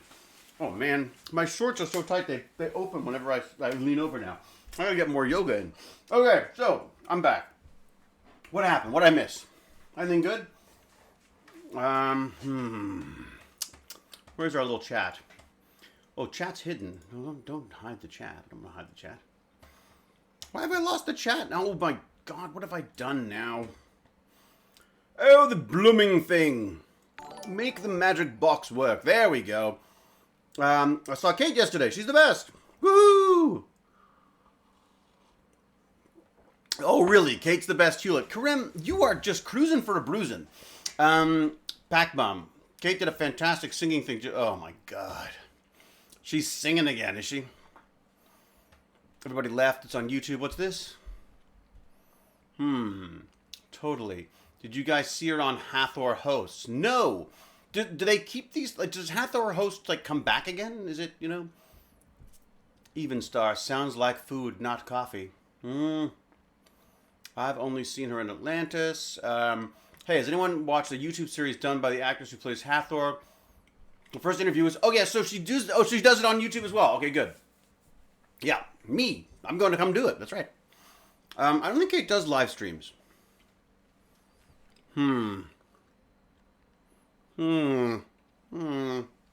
What is Hathor Hosts? Yeah, it's like this is the YouTube thing that I said that I was gonna do. That's why I said Hail Hathor. David's okay, but Kate, oh my God, you're just out to irritate me today. David, have you talked to Rachel yet about her being here for the watch party? No, I haven't. Although she sent an absolutely lovely message to my wife today. But I thought we should choose like a good episode for her. Like choose the one where she's like circle, circle, circle, or sings or whatever. Like, what's the best Rachel episode for streaming with her? Kate replied to me on Twitter. Oh, that's why you like her.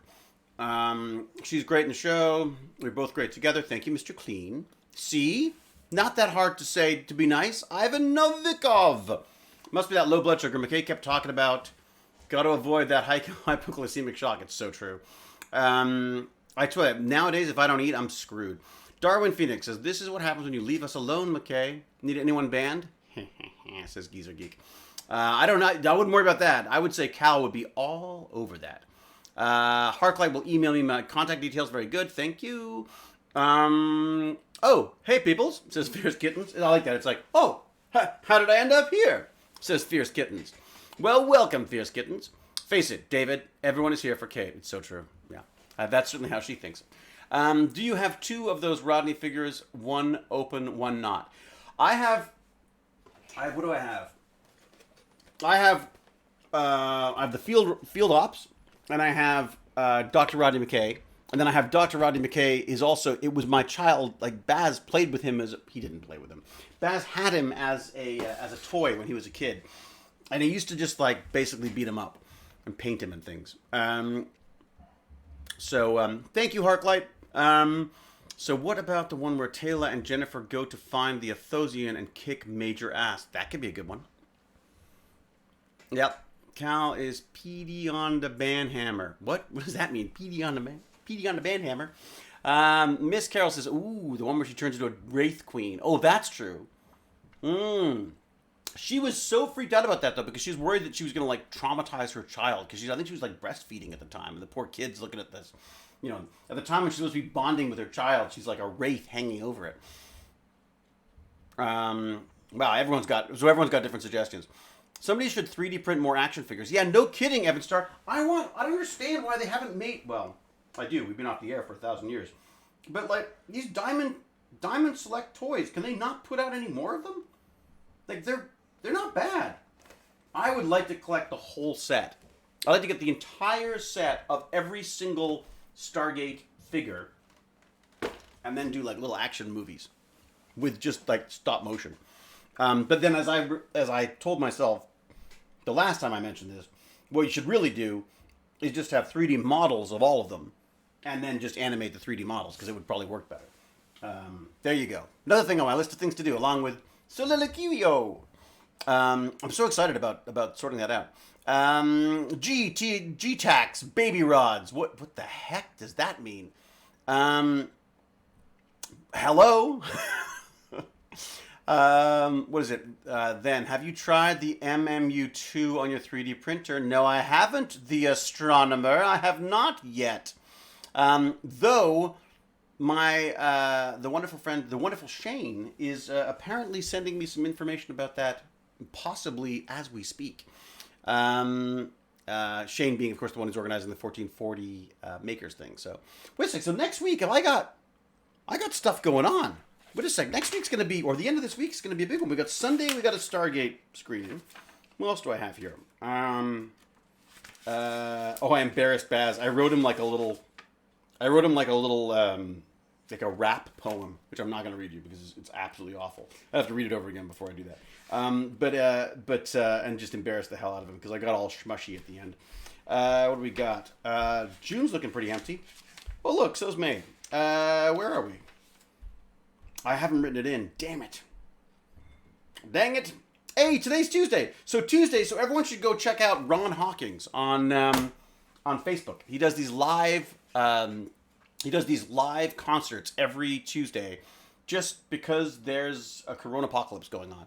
And he plays, used to play with the Lowest Low and the Do Good Assassins and got a whole bunch of Rusty Nails. Amazing singer. So you should definitely check that out. Yes, Darwin Phoenix. This is my, do you like the cover? Basically, it's my excuse to just decorate it with stickers. Do you like that Top Secret from the Desk of Rodney McKay? Like that? Yeah, I thought you might.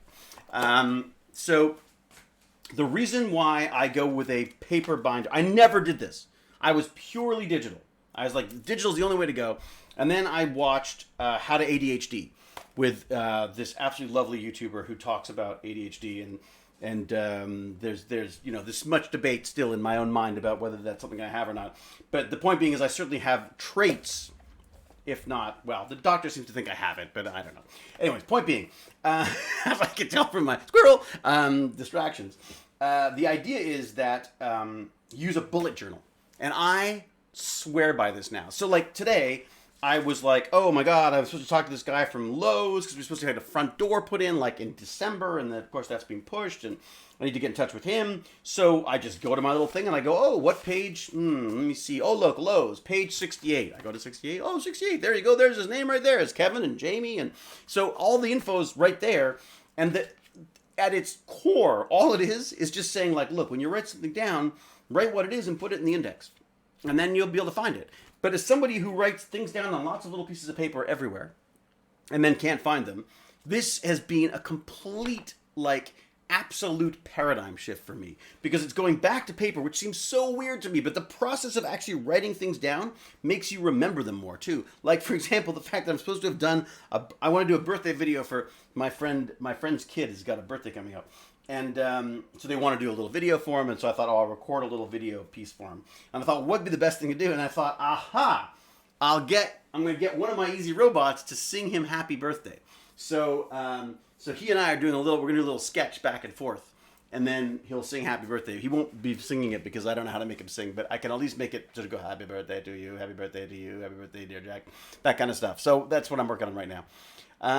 Is there an app version of that? Last time I needed a pen, I couldn't find one. Yeah, no kidding, Paperclips. Believe me, there is an app version. There's an app version of this guy who created it was called, I don't know what his name is, but it's called just look up Bujo, the bullet journal. And then forget everything. Because the reality is there's only a few things you need to know. And the biggest one for me, honestly, was just the index. So I draw sketches, I doodle. What I love about it is that it just makes me feel slightly more creative than just a calendar. It forces me to actually write the month down, write the days down, write in what's happening in those days, and the process of actually writing it makes a difference.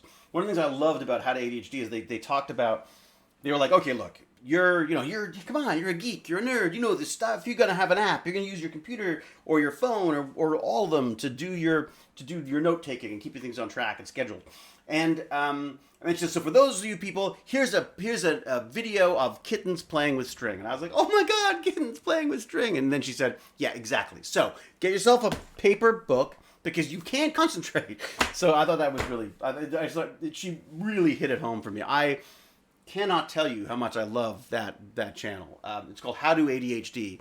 And I think you'll find a lot of you, I'm sure, if you're anything like me, will find elements of that are just life-changing, frankly, because, the thing I learned, which I loved, was that there's a spectrum of this stuff. Like, everyone has a little bit of, various different things. Sometimes too little, sometimes too much. all different elements of personality. It's you know, and the idea is that for some people, certain aspects of that we're very good at. Like, for example, I'm very good at doing things right now, like this second. And then the other stuff is stuff that gets done later, but it never gets done. So that's the thing, is like, I like for example, the perfect example is Soliloquio. So with Soliloquio, I had the idea. I researched, I registered the domain name, I looked up how to do YouTube video stuff, I looked up all this stuff, I did the video, I chose the images, I photoshopped the images, I put together the WordPress site, I signed up for the WordPress site, I got it all configured, all sorted out, and then I'm stuck. Then I'm like, what have I done? I've got this thing and I don't know how to do it, and I gotta, you know, and my fear is I don't want it to just disappear. I want it to be something that people can start submitting things to. So I have to go out to the community and go, yo! Shiny, David, was McKay ADHD? I don't know. I think he was more Asperger's. I always felt that McKay had Asperger's. He's someone who is just so smart and has so little time for the niceties of life. I've always wished I was more like that. I always wished I was better. I wished I was less empathetic towards people, because I felt like somehow if you could cast aside all that nonsense of being nice to people, you'd get so much more done. And so McKay is like me without empathy, is the way I like to think of it. So is he distracted? Is he ADHD? I'm sure there's a bit of that on the spectrum, if only because I'm playing him. But I really felt that it was more of an Asperger's thing for him. I just felt like he just didn't know what to say. You know what I mean? Yeah, Fierce Kitten. McKay's like anyone when they program. Basically, you get into your head. You just get into your own thing. Yes, Pat McKenna. So Pat McKenna is one of the most brilliant actors and comedians that I've ever had the pleasure of knowing and working with, and considering a friend. I absolutely love that man. He has ADHD, which is interesting because there's a weird thing that comes from it, I think, in that there's a certain sense of it's almost a bit like a superpower to me, is the idea that because of my constant distraction, I blame the world, but I suppose it's me. But I just find the world really exciting. Like, there's just some really cool stuff going. Not even some. There's always something really neat happening, or something that I could know more about, or that I could be learning, or I get panicky about it at night. I'm like, why am I watching the Pet Cemetery when I should be learning how to do my Linux programming, or doing my computer security course? Like, I have this. Maybe it's because I didn't finish high school that I have this this insatiable sort of appetite for learning. I just want to know everything, and thus I don't know anything particularly well, but I like to think I know a little bit about everything. And at the very least, I know enough about everything to be interested in it. I think that's what's the most important thing. And that's what I'm trying to do with Tech Bandits, is do the same thing. It's just to basically try to inspire people to become lifelong learners. So, all right, what do we got here, sir? I'm babbling on. All right, I have a similar problem. I'm trying to build a website and did all the research and learning, but decided to blog and then got stuck on the writing. Yeah, polynomial. Blogging is tough because it's about it becoming a habit. I think and that's what I was trying to do, and that's what I've done basically with my Burnout Learns, is just what is the simplest possible way to get yourself exercising and learning on a regular basis. And that's what I came up with. And then adding the guilt of being online.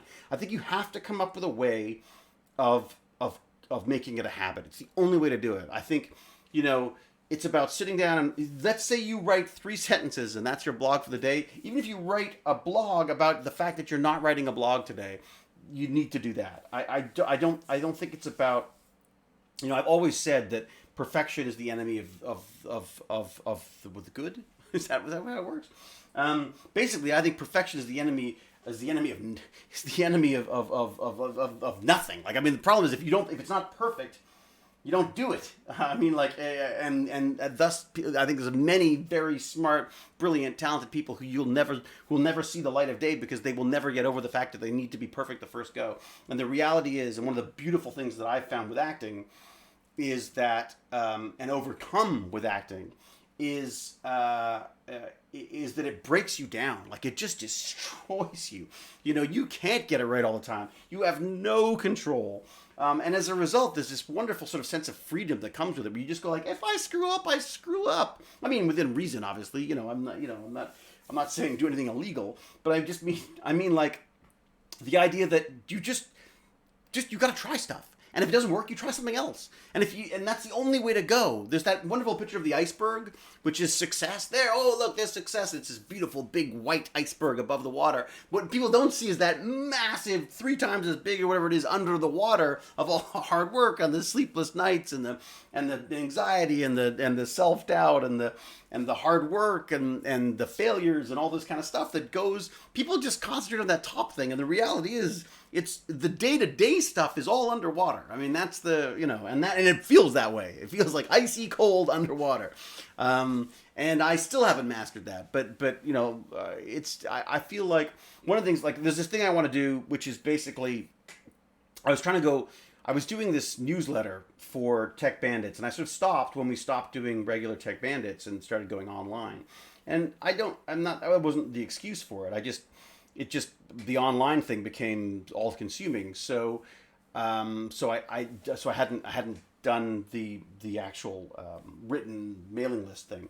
And then someone pointed out that they said, well, your strength is the camera. Like, you know, is being able to talk to a camera and explain things. So I thought, oh great, I better start doing these newsletters as a video.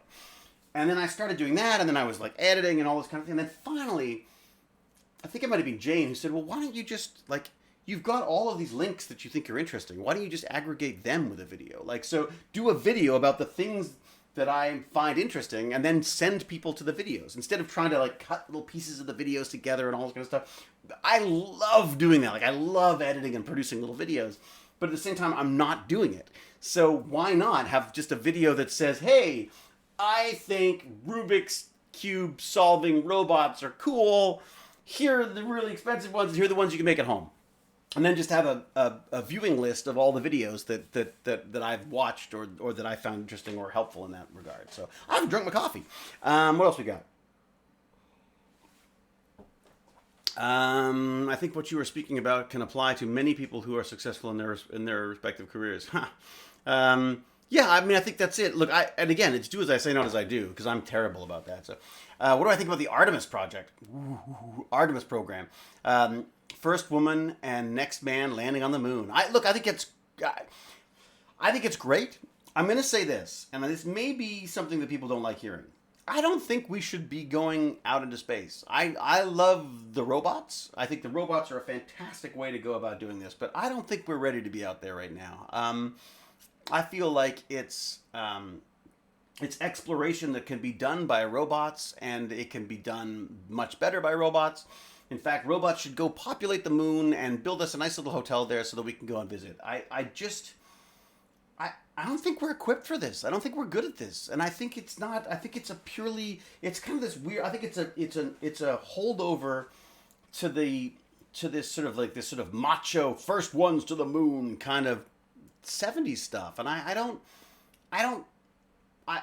really feel like, you know, like, if we meet alien life, it's probably going to be more transformer than organic, because it's more likely that some robot from somewhere else is going to come and visit than it is that it's going to be some kind of a living entity, unless it lives for long periods of time. But I mean, who knows?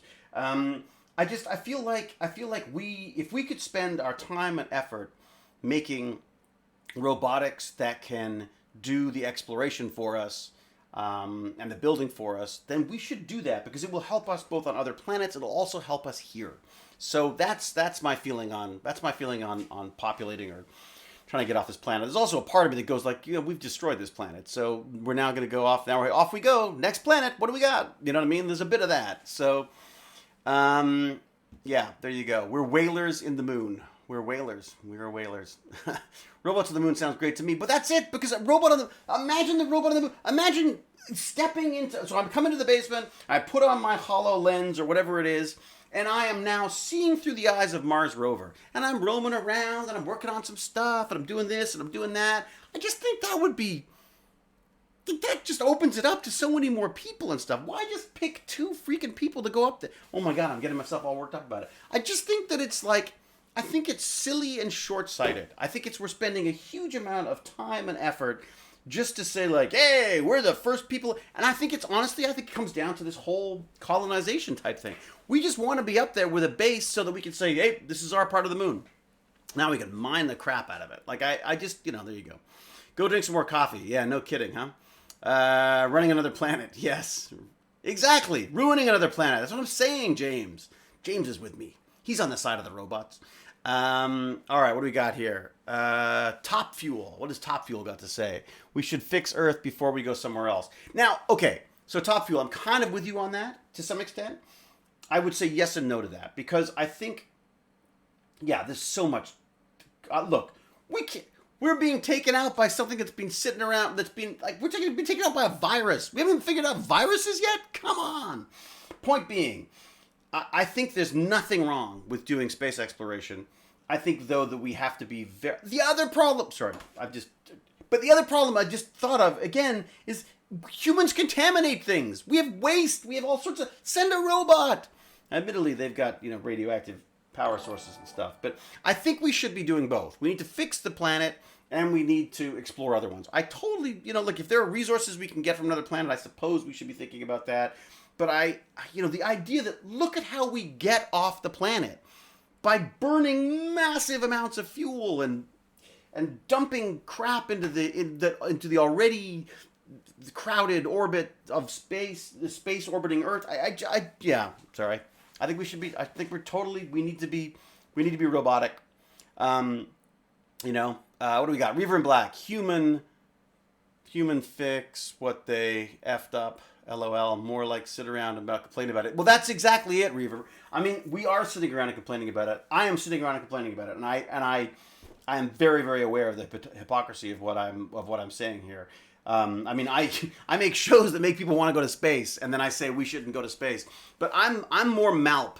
I'm more Malp than McKay, maybe. Or more Malp than Shepard. I don't think we should be showing up on planets, in our silly spacesuits, showing how fragile our little bodies are in the vacuum of space, and doing irreparable damage to our genes and our bodies in general.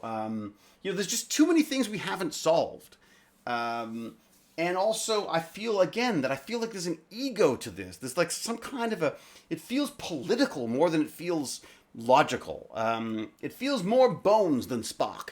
So there you go. That's my take on that. What do we got? Exactly, K. Michael. Well, look, Stargate would be great, but even then, that's a problem, right? As we know, we bring stuff to them, they bring stuff to us, we get in trouble. I'm not saying we shouldn't explore. We should. Look, we are explorers, absolutely. I think that's. I'm an explorer. Like, that's what I love. I will explore any topic you give me. I love learning stuff. I love looking at the space stuff. I just, when I see, I'm not belittling astronauts in any way, but when I see these people floating around with that weird face and they're on a little spaceship, and what are they doing that I suppose that there's a sacrifice there in that they are learning what it's like to be out in space and how it affects us and all the rest of it. I just feel, again, it feels a bit old-fashioned. Like, it feels like, do we need to do that? Like, could we not send a robot to see how spiders work in space, or tomatoes, or any of that kind of stuff? We have to exercise like 3/4 of the day just to maintain our body mass or whatever it is. You know what I mean? Our AI isn't good enough to react to crisis in space yet. We're not good enough to react to a crisis in space. What are we gonna do? You know what I mean? Like, so what? We lose a robot. We lose people. Space exploration is great for the economy, but surely robotic space exploration would be even better for the economy, because we could be producing hundreds of robots to send off to various different planets and stuff, right? No, again, total hypocrite right here. I would love to be up at a space station. I would love to be doing spacewalks. I understand why people would pay millions of dollars to get on a SpaceX ship or Virgin Galactic or whatever. I totally understand that. I'm totally with them. But I feel like this is not the right way to do it. You know, if you got $1 million, don't spend it on putting a human in a spaceship. Use it to send a robot to do something useful as opposed to just have an experience. You know what I mean? Like, I feel like we're like tourists. That's it. We're like tourists. I don't think we should be like tourists. I think we should be more responsible than that, if that makes sense. And the problem with this whole tourist approach is it's about like, we got to do whatever we can to save our astronauts. And it's like, no. We got to do everything we can to preserve these like massive planets that have been untouched for millions and millions of years. We're gonna go and like drop a virus on there or something. I just worry about this stuff. There you go. Work smarter, not harder. Indeed. Didn't you see STTMP? What's that? How dare you suggest the politician's adult? Yeah, no kidding. Robots don't need the life support to go into space. Exactly, you know? And you know what? The AI becomes sentient, it'll be smarter than us. That's all I'm saying, except we programmed it, so maybe not. What has Pac-Bomb said? Politics seems to get in the way of responses here on Earth. Yeah, absolutely. I think we're seeing, you know, AI fixes the AI, Vanna. That's what's going to happen, I think, is we're going to get to the point where we're going to need AI to fix the AI. I mean, like, it's going to be fascinating, but I don't understand. I don't have the same kind of paranoia about AI that a lot of other people do, and probably because I don't understand it as well. But I feel like we don't need AI to screw this stuff up. We're doing a fantastic job of it already ourselves. And again, a lot of these robots, the autonomous features of them don't have to be much more than autonomous vehicles, really, right? I mean, they don't have to be.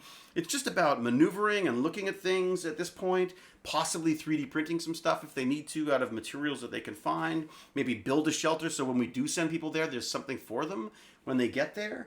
But I just don't feel like, you know, they don't have to be, you know, they don't have to be coming home like in the first Star Trek and destroying the planets in search of its maker. I just don't think I don't think we're that good yet. I think we kid ourselves if we think we're good enough to make something like that right yet. But you know, social media scares me more than AI. Yeah, I mean, look, as I say, watch those podcasts. Watch those rabbit hole podcasts. They were like an eye opener to me. I mean, a nightmare, but an eye opener to me. Historically, great and disruptive advances in human technology usually come after massive tragedy. We've been without these new revolutionary changes for some time. Maybe the challenges of our days will fire the lightning of another great step in human technology and science. I think so. Well put, Oswald and Santos, by the way. Watcher says, I was wondering why we weren't building shelters on the moon with robots. Exactly. You know what I mean? That's exactly. Didn't see that. What the AI androids. You know, the funny thing about everyone always goes back to Hal. The funny thing about Hal was that, well, I mean, I've always said this, like, if someone's going to shut you down as a person, you would fight back, right? As a robot or a computer, same thing. Like, if someone wants to shut you down, then you're going to fight back. So, you know, you hand it a weapon, you know, or you give it the authority that if you're not smart enough to put in checks and balances for this stuff, then I think, you know, I'm not saying we deserve to be locked out of the space shuttle or whatever, but I feel like we're going into it with we're writing science fiction about this stuff already. We know what we need to worry about. We just need to make sure that we address that stuff. But again, over and over and over again, I see us not addressing the things that we know. We're going to come out of this pandemic ignoring the fact that our planet is in global warming that's going to do far more damage than anything the virus has done. We live day to day, happily enough, with the number of car accidents that kill people on a regular basis. Every day, people die in car accidents, and to numbers probably larger than we're dealing at with COVID. And I'm not saying that we shouldn't be worried about COVID because of this. I'm saying that our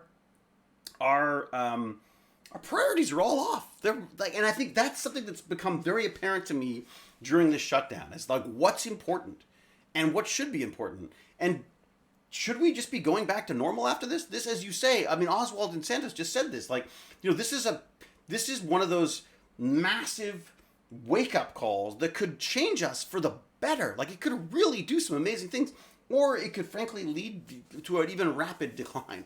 So we'll see which way we go. But I think from an exploration standpoint yeah, I want to see us on Mars, but I want to see us on Mars from here, because I think that's way smarter than sending people.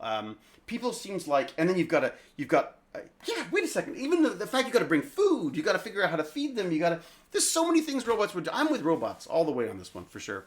Not an ideal opportunity to make changes. We're already seeing some changes to transport policy here in the UK. Yeah, look, I mean, I think, I'm not trying to look for like a silver lining to this crap. I just think that, for example, education. There's an opportunity here to absolutely revolutionize education. Like, we could get kids excited about learning again, because there's a whole internet out there. Why are we, I'm seeing teachers do what I was bugging people to do before, which is like, instead of trying to teach that complicated math, which you're okay at, why don't you just show them a video of someone who's really, really good at it teaching them? That's what I do, because I'm not gonna, I guess I've got no ego when it comes to that stuff, where it's just like, I know nothing. So I will bow to anyone who knows more than me on this stuff, and as a result, I learn so much more. But if I hold this stuff like I'm the teacher, and I can't let the kids know that I'm unsure on stuff. Are you kidding? They love that. The fact that I don't know everything is the biggest superpower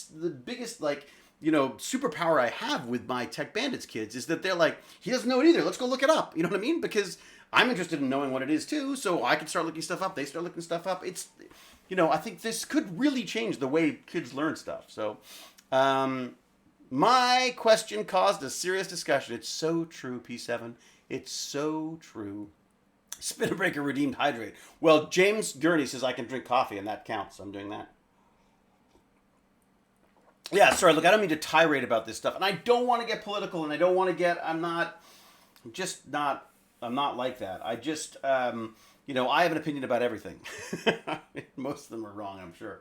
But certainly the exploration thing, for some reason, it doesn't feel right to me. And I don't mean that in a kind of a biblical sense or a moral sense. I feel like just a survival thing. Send a robot that can come back. Don't send people who might not. I don't think that helps us in any way, And the next thing is, something goes wrong. We rush this. Something goes wrong. People die. That just sets us back another 10 years or 20 years. You know what I mean? David, we can adult and have discussions and dialogue about these things. We can adult. We are adulting. That's what we're doing. We're adulting. Welcome to Adulting with Hewlett.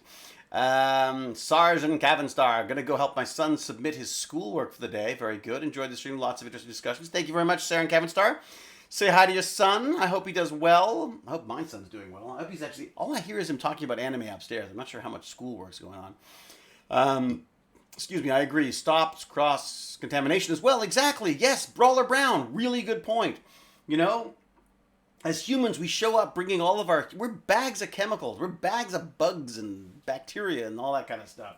We're bringing that to another planet. We don't know what that's going to do.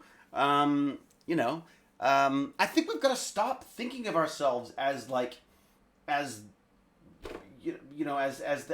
top of, we are the top of the food chain, I suppose. But I just feel like we've got to stop feeling like we're privileged this way, that this is our right, that we need to go and conquer planets. It's this colonial spirit that I feel is very wrong.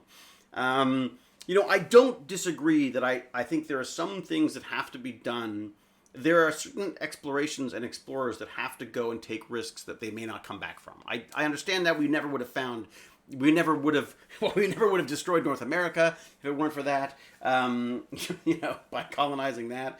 But I just don't, we are explorers by nature, I understand that. But I feel like we have the technology now to explore without damage, if that makes sense, or with minor damage, or without, risk to contamination or even human life to some extent. I feel like I'm kind of fascinated. It definitely makes me want to, I feel like it makes me want to sort of jot some of this stuff down because I feel like I haven't got it quite clear in my head what my feelings are on this. Because I very much respect and idolize astronauts. Absolutely. I think they're just the coolest things on the planet and off the planet. I love the International Space Station. I love all this stuff. But at the same time, I worry about what the trade-offs are for that stuff, and whether the money could be better spent on different things. Instead of spending all that money and time trying to figure out how to keep people alive in a tin can in a vacuum, why not just send the robot out? It doesn't need the tin can. It doesn't care about the vacuum, and it has its. I mean, admittedly, it has what is probably a miniature little nuclear reactor on it, which I suppose could cause all sorts of problems as well. But I don't know. Again, I haven't figured that out yet. It worries me whenever a billionaire wants to get off the planet because I feel like I don't know. It's like they just want a mansion on Mars or something. I don't know.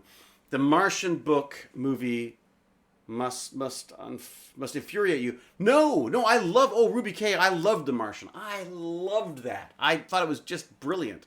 But again, I do question the logic of why do we need people out there? And I have a horrible feeling that the reason we need people out there is so that we can claim ownership, and that's my concern. Malp on a stick! Exactly! Malp on a stick. I understand, but sometimes putting your muck boots on and splashing in the mud and puddles and forgetting about being a grown-up is fun. It's so true, Pac Mom, all the time. On a happier note, rewatching an SGA series in Blu-ray. Yay! So this isn't unhappy. I find I'm not... this is just one of my tirades, but I am fascinated by that. My love of robotics is I feel like I want my eyes in them. I want them sent places and me to see through them. I've always wanted to get rid of these bag of chemicals. I want to be a... I always used to joke I want to be a brain in a bucket. I'm all for transcendence. I'm happy to transcend, frankly. You're just passionate about it. I'm passionate about everything. On Stargate, our Stargate watch starts in 15 minutes. Oh, fumbles were stupid. You gotta go. How I make the start? Well, you go. What time is it? I should probably wrap this up anyways. I got like a ton of stuff I'm supposed to be doing. I gotta get the all the tech bandits. Let them know what's going on for tomorrow. We're doing PC bandits tomorrow. What is our uptime looking like? Oh, someone's already done it. Someone's beat me to it, and I spelled it wrong anyways. 2 hours and 15 minutes. Holy moly, that's a long coffee. No, we're good. I can stay around for 15 minutes. Oh, well, then we'll everybody just hold off for 15 minutes. Fumbles McStupid's got time to kill. The chatting is good for the soul. It is, isn't it? See, this is what I mean. Like, I feel like this is not something... This is something that I feel like I was competing with Bratlet for on this stuff. And I started this... I'm ashamed to say that I didn't start this for you. I started this for Baz. Baz wanted to do Twitch, and I was very nervous about him doing it by himself, and so I got involved and sort of, muscled my way in between. But I think I've almost, I think I get more out of it maybe than he does. So I wanted to make sure that we could do this kind of stuff because this chatter stuff is where this stuff just keeps me going. This is like, with or without COVID, this is the stuff I love because we get to talk about things like space exploration and maybe touch on the world and how it should be or shouldn't be, and just debate stuff, just chat about stuff. Restoring faith in humanity, one Hewlett chat at a time. Indeed. Well, I'm not sure. I'm not sure how much faith in humanity I'm giving everybody. I feel a little bleak. We found David's drug. What's that? Is it coffee? This was good. Can we do it again soon? Yeah, polynomial. What? Like for the time being, why don't we just aim for Tuesdays, right? Should we just do that? You made me sign up for yet another app and create another password. For what, Watcher? What did you sign up for? High octane think fuel. Oswald sent us a call in 15 minutes, and I need to prepare some things before I really need to go. But these are great. Thank you. Thank you all. Thank you everybody. Reaver in Black is enjoying chatting like this by the sound of it. Next Tuesday, should we aim for next Tuesday again? Look, we may even be able to do Thursday, but I'll see. Tuesdays at 12:30. Let's just aim for Tuesdays at 12:30 for the time being, and we'll go with that. Talkie Tuesdays. I like it. The talkies. We're sending you all the talkies. All right. All right, pretty great chat, very good. Hapshades, it's a really great chat. I thought it said pretty great chat. I was like, oh, is that all? Fine, let's try to jazz it up a bit for Hapshade. Yeah, my favorite SGA character actor, of course. Well, Reaver in Black. I highly, I absolutely approve of your choice in actors for sure. Hoping to remember to email you later. What do you need to? What paper clips? What do you need to email me about? Monica Lake, Pac Mom, have a good nap. Go, Pac Mom, sleep while you can. Tuesdays at 12:30 on the calendar. This was so much fun, as usual. Thank you, Pac Mom. It's always a pleasure. Whenever Pac Mom's here, you know you're going to have a good time. Fumbles Look Stupid, yes, very good. Steven94, sharp. Yeah, sounds good for Tuesday. Knight says, great chatting with everyone today. Nope, it's right. And Firefly Reaver. What? Oh, Reaver! Oh, whoa, ho, ho. Yes, you're from Firefly. Of course, the Reavers. Oh my God, they were so cool. When are they doing more of those? God, they should reboot that. Maybe just reboot it. I mean, like, well, I mean, I really like the actors, to be fair. Second favorite, David Nichols, my fave. Sorry, David. Monica Lake, that will be held against you. Oh boy, Pac-Mom's falling asleep in class. All right, I'm going to get out of here. Everybody, thank you very much. This has been a pleasure. If you want to keep me on track, let me know what kind of topics we can talk about. Maybe we can actually have like a theme for things. I always love talking to James Gurney about viruses just because he's kind of a bit of a nerd too on this stuff. And he just knows a ton of stuff. So we could certainly do some COVID stuff if you want to, although I feel like there's been a lot of COVID chat of late. So maybe we do maybe we talk about space exploration. Maybe we talk about robotics. Maybe we talk about whatever you think of. So, and maybe depending on the topic, maybe I could bring someone in to help out with the chat.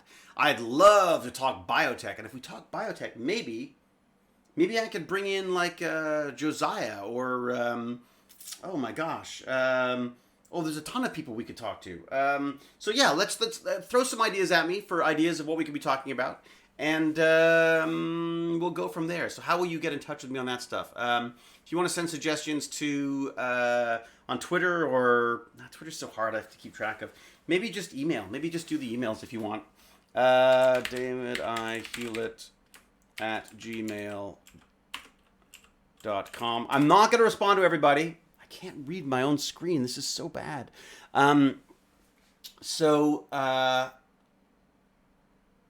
What Kate? What's Kate gonna add?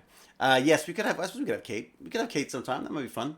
So email me suggestions. I'm not gonna try to respond to everybody because there'll be way too many.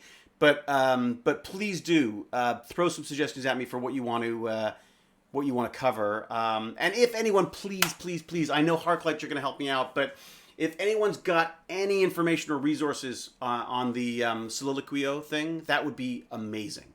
And again, if you've got actors that you can bother them. Like if there's actor people you're tweeting with or whatever, please let them know that I would love to get, or that you would love to get a monologue up there or two. Because right now I'm just going to populate it with stuff. There's no submission process. They literally just email me a link or whatever, and I will post it. So because I just want to populate it with stuff before I try to do any kind of a not launch is the wrong word, but the proof of concept maybe. Like if I can prove, look, there's funds and stuff here potentially where if I can show, some of these arts agencies and stuff that we're doing something here for actors, then potentially we could have like a real site going. But I need to set up that proof of concept first, and I need to populate it with stuff. So if you could talk actors into doing monologues, let me know. That'd be amazing. Okay, so I know this one actor, this David Hewlett. I will ask him for you. Oh, same old Shane. Damn you for sticking around just to put the knife in and twist it. Knight, have you seen The Plague? Is it The Plague Monologues? Is that what you're saying? I haven't seen that. Casting director. Well, this casting director, I mean, this is the other thing is I know. Oh, Cliff Simon would be amazing. Look, all the Stargate actors would be amazing. Actually, that would be really interesting, actually. It would be like just to have like a... That's interesting. So you could actually have the different fandoms, actors. Look, I'm getting complicated. Stop confusing me with your brilliant ideas. Let's just go with, yes, just go with that. I want them to be able to post a monologue, and I want them to be able to post a monologue either as a video or as maybe a PDF file. That's all we need. Maybe there needs to be a profile, I guess. Yeah, I guess they should be able to have a profile so you can say who they are and they can put whatever contact information they want to so people can get in touch. All right, that's it. I swear. Well, and I guess maybe no, I'm just kidding. All right, everybody, no more caffeine for me. I am going to do my work. Oh my gosh, what time is it now? It's like I feel like I've been terrible. I've been chatting for you far too long now. Oh my god, it's almost 3 o'clock. Okay, till we geek again. Cheerio! Thank you all. Next Tuesday, 12:30. Although game streams between then, but I won't be talking as much because we'll be playing. All right, bye. All right, how do I shut this baby down? My son's come in and changed all my windows. All right, everybody. I'm going to wave goodbye. Goodbye.